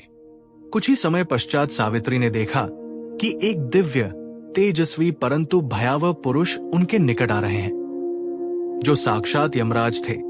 स्वयं सत्यवान के प्राणों को ले जाने के लिए आए थे। यमराज ने सत्यवान के सूक्ष्म शरीर को उसके स्थूल शरीर से निकालकर अपने पाश में बांध लिया और दक्षिण दिशा की ओर, यमलोक की ओर चल दिए। सावित्री अपने पति के प्राणों के पीछे पीछे चलने लगी, दृढ़ता से, बिना रुके, बिना थके। यद्यपि मार्ग सघन वन और दुर्गम पहाड़ियों से भरा था। यमराज ने कुछ दूर जाने के पश्चात पीछे मुड़कर देखा और सावित्री को अब भी अपने पीछे आते देखकर आश्चर्यचकित हुए। उन्होंने सावित्री को कई बार लौट जाने को कहा, ये समझाते हुए कि मनुष्य के लिए यमलोक तक जाना असंभव है और उन्हें अपने पति के शोक को स्वाभाविक रूप से स्वीकार कर लेना चाहिए, जैसा कि संसार का नियम है। परंतु सावित्री ने अत्यंत विनम्र परंतु गहन ज्ञानपूर्ण वचनों से यमराज के साथ संवाद करना जारी रखा। उन्होंने कहा कि जहां पति जाता है वहां पत्नी का कर्तव्य भी उसके साथ चलना है और ये कोई असामान्य बात नहीं, अपितु सनातन धर्म का ही अंग है। उन्होंने सप्तपदी अर्थात विवाह के 7 वचनों का स्मरण कराते हुए ये भी कहा कि जिस मित्रता की प्रतिज्ञा 7 पगों के साथ ली गई हो, उसे मृत्यु भी विच्छेदित नहीं कर सकती। यमराज उनके इन वचनों को सुनकर मौन होकर उनकी बुद्धि की गहराई पर विचार करते रहे और सावित्री बिना विचलित हुए धर्म, सत्य, संतों की महिमा और अच्छे व्यक्तियों की संगति के महत्व पर भी अपने विचार व्यक्त करती रही। उनके इस ज्ञान, विनय और अटूट निष्ठा से यमराज अत्यंत प्रसन्न हुए और उन्होंने सावित्री को ये वरदान दिया कि वे सत्यवान के प्राणों के अतिरिक्त कोई भी अन्य वस्तु मांग सकती है। सावित्री ने बड़ी बुद्धिमत्ता से पहले अपने अंधे श्वसुर की आंखों की ज्योति और उनका खोया राज्य वापस मांगा, फिर अपने पिता के लिए 100 पुत्रों का वरदान मांगा और स्वयं के लिए भी 100 पुत्रों का वरदान मांगा। और इस अंतिम वरदान को स्वीकार करने पर यमराज बाध्य हो गए, क्योंकि 100 पुत्रों की प्राप्ति के लिए सत्यवान का जीवित होना अनिवार्य था। इस प्रकार अपनी बुद्धि और निष्ठा से सावित्री ने यमराज को स्वयं ही बाध्य कर दिया कि वे सत्यवान के प्राण लौटा दे। यमराज ने प्रसन्नता पूर्वक सत्यवान के प्राण मुक्त कर दिए और सत्यवान पुनः जीवित हो उठे। जब वे दोनों अपने आश्रम लौटे तो उन्होंने पाया कि उनके श्वसुर की आंखों की ज्योति भी लौट आई थी और शीघ्र ही उनका खोया राज्य भी उन्हें पुनः प्राप्त हो गया। मार्कंडेय ऋषि ने ये कथा सुनाकर द्रौपदी को ये आश्वासन दिया कि जिस प्रकार सावित्री ने अपनी निष्ठा और धर्म के बल से अपने पति को मृत्यु से भी वापस ला दिया, उसी प्रकार धर्म पर चलने वाले, सत्य और निष्ठा से युक्त व्यक्तियों का अंततः कल्याण अवश्य होता है और द्रौपदी की पतिव्रता निष्ठा भी अंततः पांडवों के लिए मंगलकारी सिद्ध होगी। ये कथा वन पर्व में एक स्वतंत्र और विस्तृत आख्यान के रूप में वर्णित है और ये भारतीय परंपरा में पतिव्रता धर्म तथा नारी की दृढ़ता के सबसे प्रभावशाली उदाहरणों में से एक मानी जाती है। इसी वनवास काल में पांडवों से दूर हस्तिनापुर की ओर एक और महत्वपूर्ण घटना घटित हो रही थी, जिसका समाचार समय आने पर पांडवों तक भी पहुंचा। कर्ण, जो सूर्यदेव के वरदान से जन्म से ही एक दिव्य कवच और कुंडल धारण किए हुए थे, जिनके कारण वे युद्ध में अजेय माने जाते थे, इसी काल में एक विशेष परीक्षा से गुजरे। इंद्र, जो जानते थे कि आगे होने वाले युद्ध में अर्जुन को कर्ण से सर्वाधिक खतरा है, इस कवच कुंडल के कारण एक वृद्ध ब्राह्मण का रूप धारण करके प्रातः काल कर्ण के पास आए, ठीक उस समय जब कर्ण सूर्य देव की उपासना में लीन थे। ब्राह्मण रूपी इंद्र ने कर्ण से ये याचना की कि वे उन्हें अपना कवच और कुंडल दान में दे दें। कर्ण, जो अपनी दानशीलता के लिए विख्यात थे और जिन्होंने ये प्रतिज्ञा की थी कि कोई भी ब्राह्मण उनसे याचना करके कभी खाली हाथ नहीं लौटेगा, इस मांग से क्षण भर के लिए विचलित हुए, क्योंकि वे भली भांति जानते थे कि ये कवच कुंडल ही उनकी अजेयता और सुरक्षा का मूल स्रोत है। सूर्यदेव ने भी अपने पुत्र की रक्षा हेतु स्वप्न में कर्ण को ये चेतावनी दी थी कि ये याचक कोई साधारण ब्राह्मण नहीं, अपितु स्वयं इंद्र है और उन्हें ये दान न देने की सलाह दी थी। परंतु कर्ण ने उत्तर दिया कि अपनी प्रतिज्ञा और अपने स्वभाव के विरुद्ध जाना प्राणों की रक्षा से भी अधिक अपमानजनक होगा, और अपनी प्रतिज्ञा तथा स्वभाव के अनुरूप कर्ण ने अपने शरीर से कवच और कुंडल को स्वयं काटकर उस ब्राह्मण को दान में दे दिया। यद्यपि ये अत्यंत पीड़ादायक और रक्तरंजित प्रक्रिया थी, इंद्र कर्ण की इस अद्भुत दानशीलता से अत्यंत प्रभावित हुए और उन्होंने अपना वास्तविक रूप प्रकट किया। उन्होंने कर्ण को इस त्याग के प्रतिफल में एक दिव्य शक्ति नामक अस्त्र प्रदान किया, जिसे वासवी शक्ति भी कहा जाता है, जो एक ही बार प्रयोग किया जा सकता था, परंतु जिस पर भी छोड़ा जाए वो निश्चित रूप से उसकी मृत्यु का कारण बनता, चाहे वो कितना भी शक्तिशाली अथवा दिव्य कवचरक्षित क्यों न हो। इंद्र ने यह भी चेतावनी दी कि इस अस्त्र का प्रयोग वे किसी एक ही महान शत्रु के विरुद्ध करें, और एक बार प्रयोग करने के पश्चात ये अस्त्र पुनः उनके पास नहीं लौटेगा। ये घटना वन पर्व में विस्तार से वर्णित है और ये आगे कुरुक्षेत्र के युद्ध में अत्यंत महत्वपूर्ण भूमिका निभाने वाली थी, जब कर्ण को इस शक्ति का प्रयोग किसी अन्य के विरुद्ध करना पड़ा, जिसके कारण अर्जुन की जीवन रक्षा हो सकी। इस प्रकार यद्यपि पांडव इस समय वन में अपने संघर्ष का सामना कर रहे थे, दूर हस्तिनापुर में भी भविष्य के महायुद्ध की नींव धीरे धीरे तैयार हो रही थी। इसी भेंट के दौरान युधिष्ठिर ने महर्षि मार्कंडेय से यह भी प्रश्न किया कि समय का ये चक्र किस प्रकार चलता है और क्या संसार में धर्म का ये ह्रास सदा इसी प्रकार चलता रहेगा अथवा किसी समय पुनः धर्म की स्थापना होगी। इस पर मार्कंडेय ऋषि ने युधिष्ठिर को 4 युगों के विषय में विस्तार से बताया, सत्ययुग, त्रेतायुग, द्वापर युग और अंततः कलयुग, जिसमें धर्म धीरे धीरे क्षीण होता जाता है, सत्य और तप का ह्रास होता है और मनुष्यों में लोभ, क्रोध तथा अधर्म की प्रवृत्ति बढ़ती जाती है। उन्होंने बताया कि जिस द्यूत क्रीड़ा और छल के कारण युधिष्ठिर को ये वनवास सहना पड़ रहा है, वो भी कहीं न कहीं आने वाले कलयुग की उन्हीं प्रवृत्तियों का संकेत है, जो भविष्य में और अधिक प्रबल होने वाली है। मार्कंडेय ने आगे ये भी बताया कि जब कलयुग अपने चरम पर पहुंचेगा, जब धर्म पूर्णतः लुप्त हो जाएगा, सत्य और न्याय का कोई मूल्य नहीं रहेगा, तब स्वयं भगवान विष्णु कल्कि के रूप में अवतार लेंगे और अधर्म का समूल नाश करके पुनः सत्य युग की स्थापना करेंगे। उन्होंने युधिष्ठिर को ये आश्वासन दिया कि सृष्टि का ये चक्र अनंत काल तक इसी प्रकार चलता रहता है, सृजन, पालन और संहार, फिर पुनः सृजन, और इस विशाल कालचक्र के सम्मुख मनुष्य का व्यक्तिगत दुख भी अस्थायी है, चाहे वो कितना भी गहन क्यों न प्रतीत होता हो। युधिष्ठिर, जो स्वभाव से ही गंभीर चिंतक थे, इस उपदेश से गहराई से प्रभावित हुए और उन्होंने ये अनुभव किया कि उनका अपना वनवास भी इस विशाल कालचक्र के परिप्रेक्ष्य में एक अस्थायी परीक्षा काल मात्र है, जो अंततः धर्म की पुनर्स्थापना में सहायक ही सिद्ध होगा। इस उपदेश ने पांडवों के मन को एक विशेष प्रकार की शांति प्रदान की।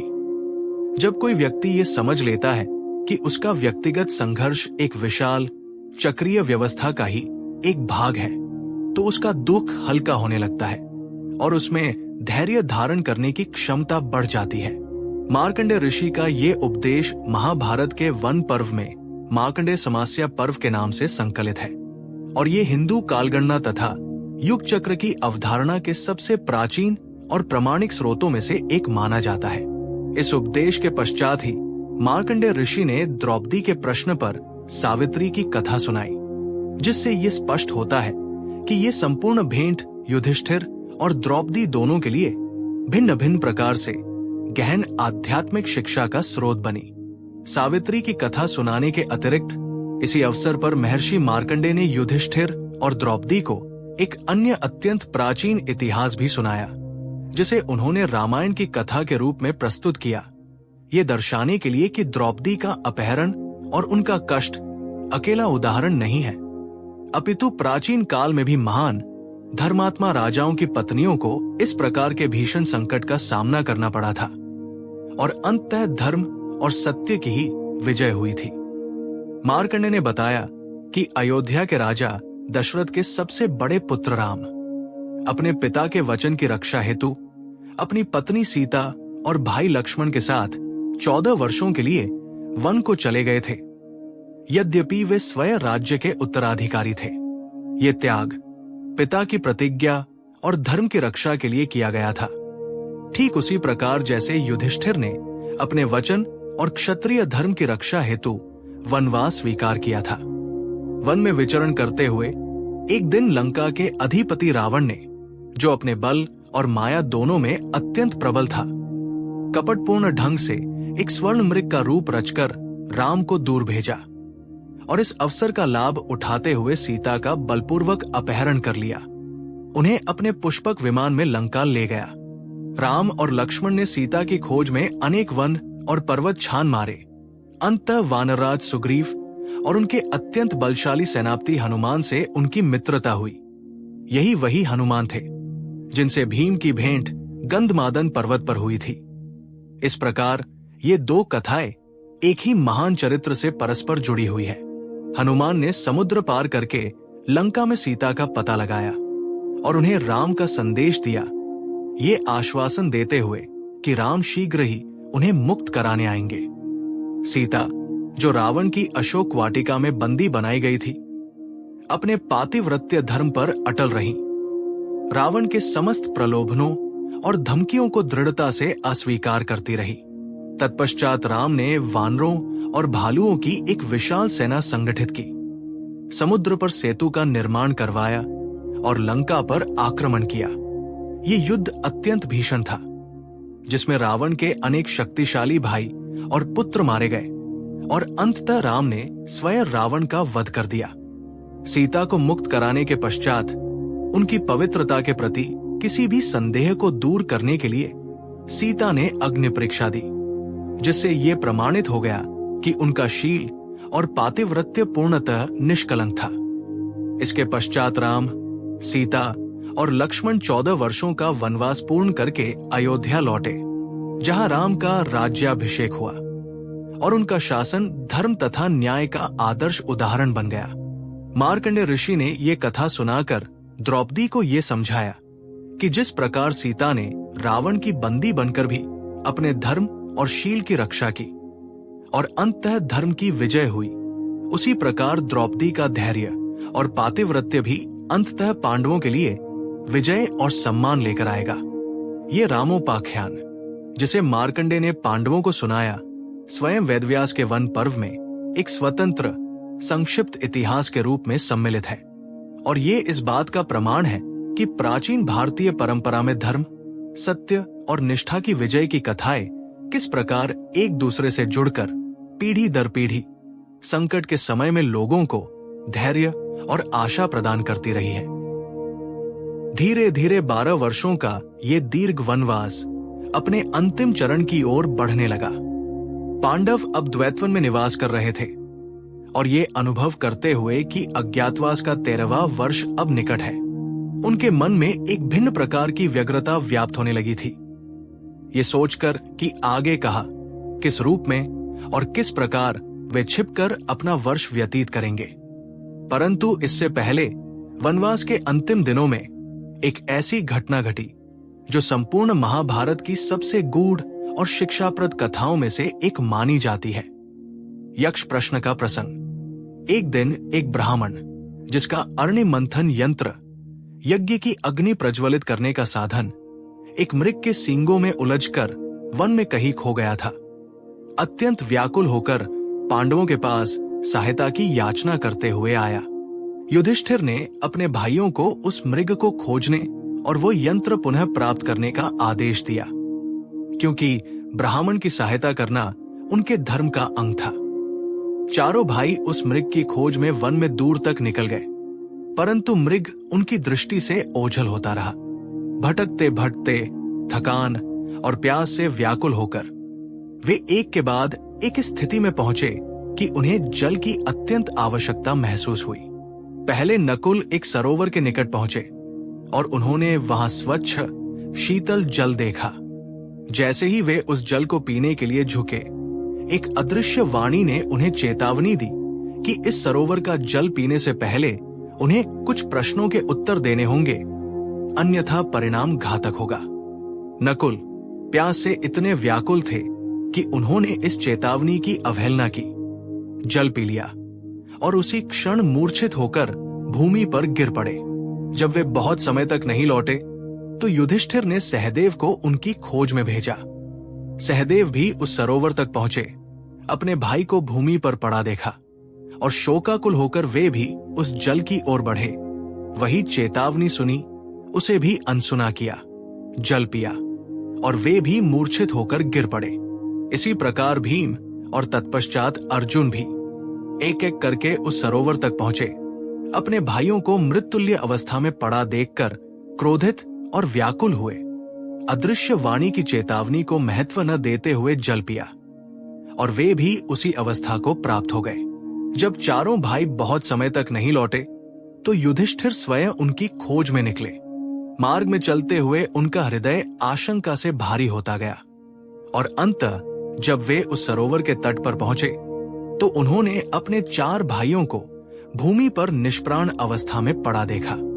ये दृश्य देखकर युधिष्ठिर का हृदय शोक से चूर चूर हो गया।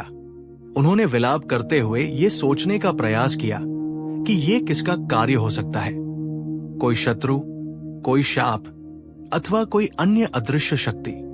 शोक और जिज्ञासा के मिश्रित भाव के साथ अत्यंत सावधानी से वे भी उस सरोवर के जल के निकट पहुंचे।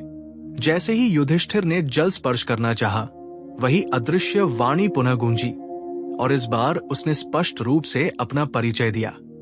वो वाणी एक यक्ष की थी जो उस सरोवर का रक्षक था और उसने ये चेतावनी दी कि जो कोई भी उसके प्रश्नों का सही उत्तर दिए बिना जल पीने का प्रयास करेगा वो उसी प्रकार मृत्युल्य हो जाएगा जैसे युधिष्ठिर के 4 भाई हुए हैं। युधिष्ठिर जो अपने भाइयों की इस अवस्था से अत्यंत दुखी थे, तथापि धर्म और मर्यादा के प्रति सजग रहते हुए उन्होंने उस यक्ष के सम्मुख विनय पूर्वक झुककर कहा कि वे उसके प्रश्नों का उत्तर देने के लिए सहमत हैं। तत्पश्चात यक्ष ने युधिष्ठिर से एक के बाद एक अनेक गूढ़ प्रश्न पूछे जो धर्म, जीवन, सृष्टि और मानव स्वभाव के गहनतम रहस्यों से संबंधित थे और युधिष्ठिर ने प्रत्येक प्रश्न का उत्तर अत्यंत शांत, गंभीर और बुद्धिमत्तापूर्ण ढंग से दिया। यक्ष ने पूछा कि पृथ्वी से भी भारी क्या है, तो युधिष्ठिर ने उत्तर दिया कि माता जो अपने बच्चों का भार सदा वहन करती है पृथ्वी से भी अधिक भारी है। यक्ष ने पूछा कि आकाश से भी ऊंचा क्या है, तो युधिष्ठिर ने उत्तर दिया कि पिता जिसका स्थान संतान के जीवन में सदा ऊंचा रहता है। यक्ष ने पूछा कि वायु से भी तेज क्या है, तो युधिष्ठिर ने उत्तर दिया कि मन जो एक क्षण में कहीं से कहीं पहुंच जाता है। यक्ष ने पूछा कि तृण अर्थात घास से भी अधिक संख्या में क्या है, तो युधिष्ठिर ने उत्तर दिया कि मनुष्य की चिंताएं जो अनगिनत होती है। यक्ष के प्रश्न आगे बढ़ते रहे। उसने पूछा कि सोते हुए भी आंखें किसकी खुली रहती हैं, तो युधिष्ठिर ने उत्तर दिया कि मत्स्य यानी मछली की। उसने पूछा कि जन्म लेने पर भी जिसमें चेतना नहीं होती वो क्या है, तो युधिष्ठिर ने उत्तर दिया कि अंडा। उसने पूछा कि मित्रविहीन यात्री का सच्चा साथी कौन है, तो युधिष्ठिर ने उत्तर दिया कि जो भी यात्रा में उसके साथ चलता है वही उसका मित्र बन जाता है। उसने पूछा कि मरणासन व्यक्ति का सच्चा साथी कौन है, तो युधिष्ठिर ने उत्तर दिया कि दान पुण्य जो जीवन भर किया गया हो वही अंत समय में साथ देता है। यक्ष ने यह भी पूछा कि धर्म का सबसे बड़ा गुण क्या है, तो युधिष्ठिर ने उत्तर दिया कि दया और करुणा सभी जीवों के प्रति। यक्ष ने आगे पूछा कि मनुष्य का सच्चा शत्रु कौन है जो उसे नष्ट करने में सबसे अधिक सक्षम है, तो युधिष्ठिर ने उत्तर दिया कि क्रोध ही मनुष्य का सबसे बड़ा शत्रु है और यदि क्रोध पर विजय प्राप्त कर ली जाए तो कोई भी बाहरी शत्रु उतना हानि नहीं पहुंचा सकता। यक्ष ने पूछा कि रोग क्या है, तो युधिष्ठिर ने उत्तर दिया कि अज्ञान ही सबसे बड़ा रोग है। क्योंकि ये मनुष्य को सत्य से दूर रखता है। यक्ष ने यह भी पूछा कि सच्चा त्याग क्या है, तो युधिष्ठिर ने उत्तर दिया कि जो कुछ भी अभिमान के साथ नहीं अपितु निष्काम भाव से त्यागा जाए वही सच्चा त्याग कहलाता है। इन सभी उत्तरों में युधिष्ठिर की गहन बुद्धि, संयम और जीवन के प्रति उनकी परिपक्व दृष्टि स्पष्ट रूप से झलकती रही और यक्ष उनके प्रत्येक उत्तर पर मौन होकर उनकी गंभीरता का अनुभव करता रहा। एक अत्यंत महत्वपूर्ण प्रश्न में यक्ष ने युधिष्ठिर से पूछा कि संसार में सबसे बड़ा आश्चर्य क्या है। इस पर युधिष्ठिर ने वो उत्तर दिया जो आज भी सर्वाधिक स्मरण किया जाता है। उन्होंने कहा कि प्रतिदिन असंख्य मनुष्य मृत्यु को प्राप्त होते हुए देखे जाते हैं, फिर भी जीवित मनुष्य ये सोचता है कि वो स्वयं अमर है और इसी भाव से जीवन व्यतीत करता है। यही संसार का सबसे बड़ा आश्चर्य है। यक्ष ने युधिष्ठिर से ये भी पूछा कि सुख की प्राप्ति का सच्चा मार्ग क्या है, और युधिष्ठिर ने उत्तर दिया कि बुद्धि के अनुसरण से, संतोष से और इंद्रियों पर नियंत्रण से ही सच्चे सुख की प्राप्ति होती है। यक्ष के प्रत्येक प्रश्न का उत्तर देते हुए युधिष्ठिर ने अपने ज्ञान, धैर्य और विनय का अद्भुत परिचय दिया और यक्ष उनके इन उत्तरों से क्रमशः अधिकाधिक प्रसन्न होता गया।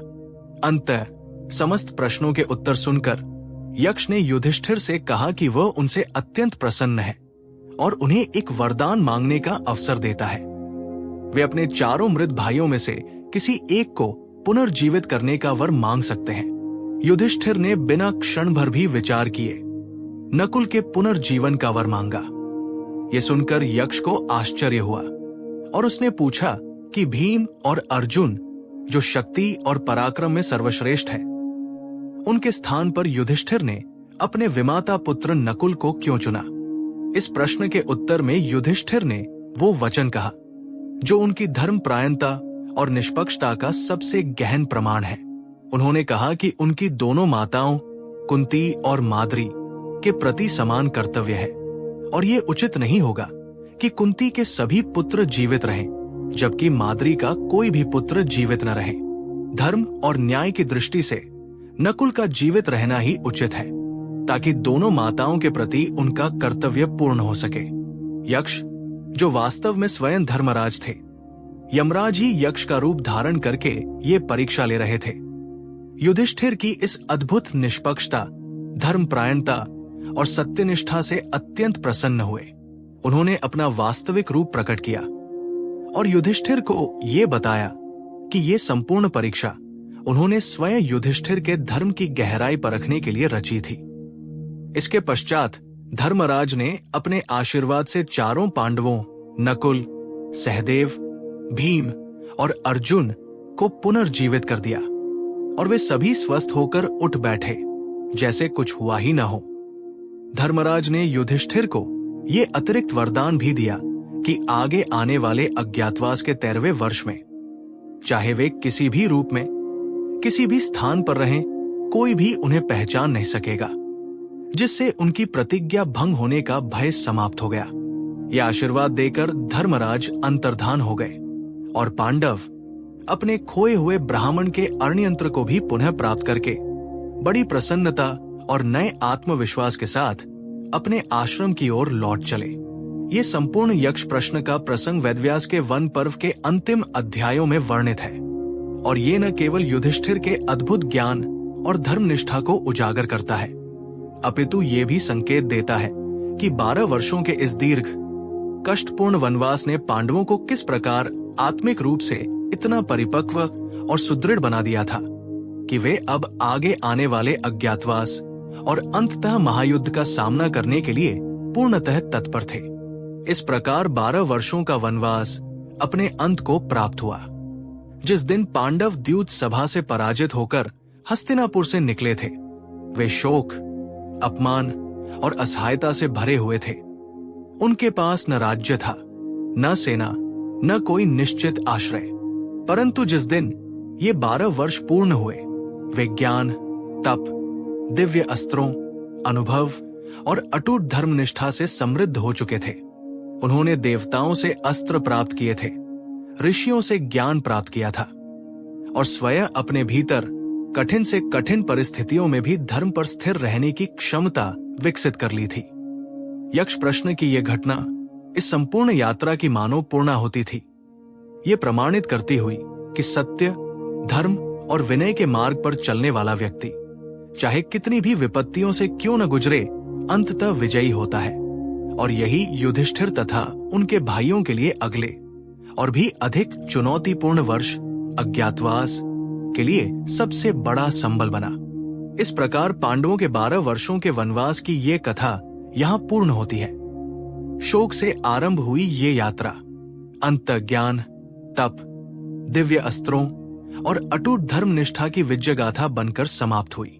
ये सभी प्रसंग अक्षय पात्र से लेकर यक्ष प्रश्न तक, अर्जुन की तपस्या से लेकर सावित्री और नल दमयंती की कथाओं तक, महर्षि वेदव्यास के मूल महाभारत के वन पर्व में प्रामाणिक रूप से वर्णित है। बिना किसी अतिरिक्त कल्पना के इन 12 वर्षों ने पांडवों को केवल कष्ट ही नहीं दिया, अपितु उन्हें वो गहराई, वो धैर्य और वो आत्मिक शक्ति भी प्रदान की जो आगे आने वाले अज्ञातवास और अंततः कुरुक्षेत्र के महायुद्ध में उनके लिए अनिवार्य सिद्ध होने वाली थी। यदि ये कथा आपके मन को शांति दे सकी हो तो कृपया इसे लाइक करें, चैनल को सब्सक्राइब करें और कृष्ण प्रेमी परिवार का हिस्सा बने, जिससे हम आपके लिए ऐसी और भी प्रामाणिक शांतिदायक कथाएं लाते रहें। अब अपनी आंखें पूरी तरह बंद कर लीजिए, श्वास को गहरा और शांत होने दीजिए और धीरे धीरे निद्रा की उस कोमल गोद में चले जाइए जहां आज की ये कथा आपके स्वप्नों में भी साथ चलती रहेगी। शुभ रात्रि।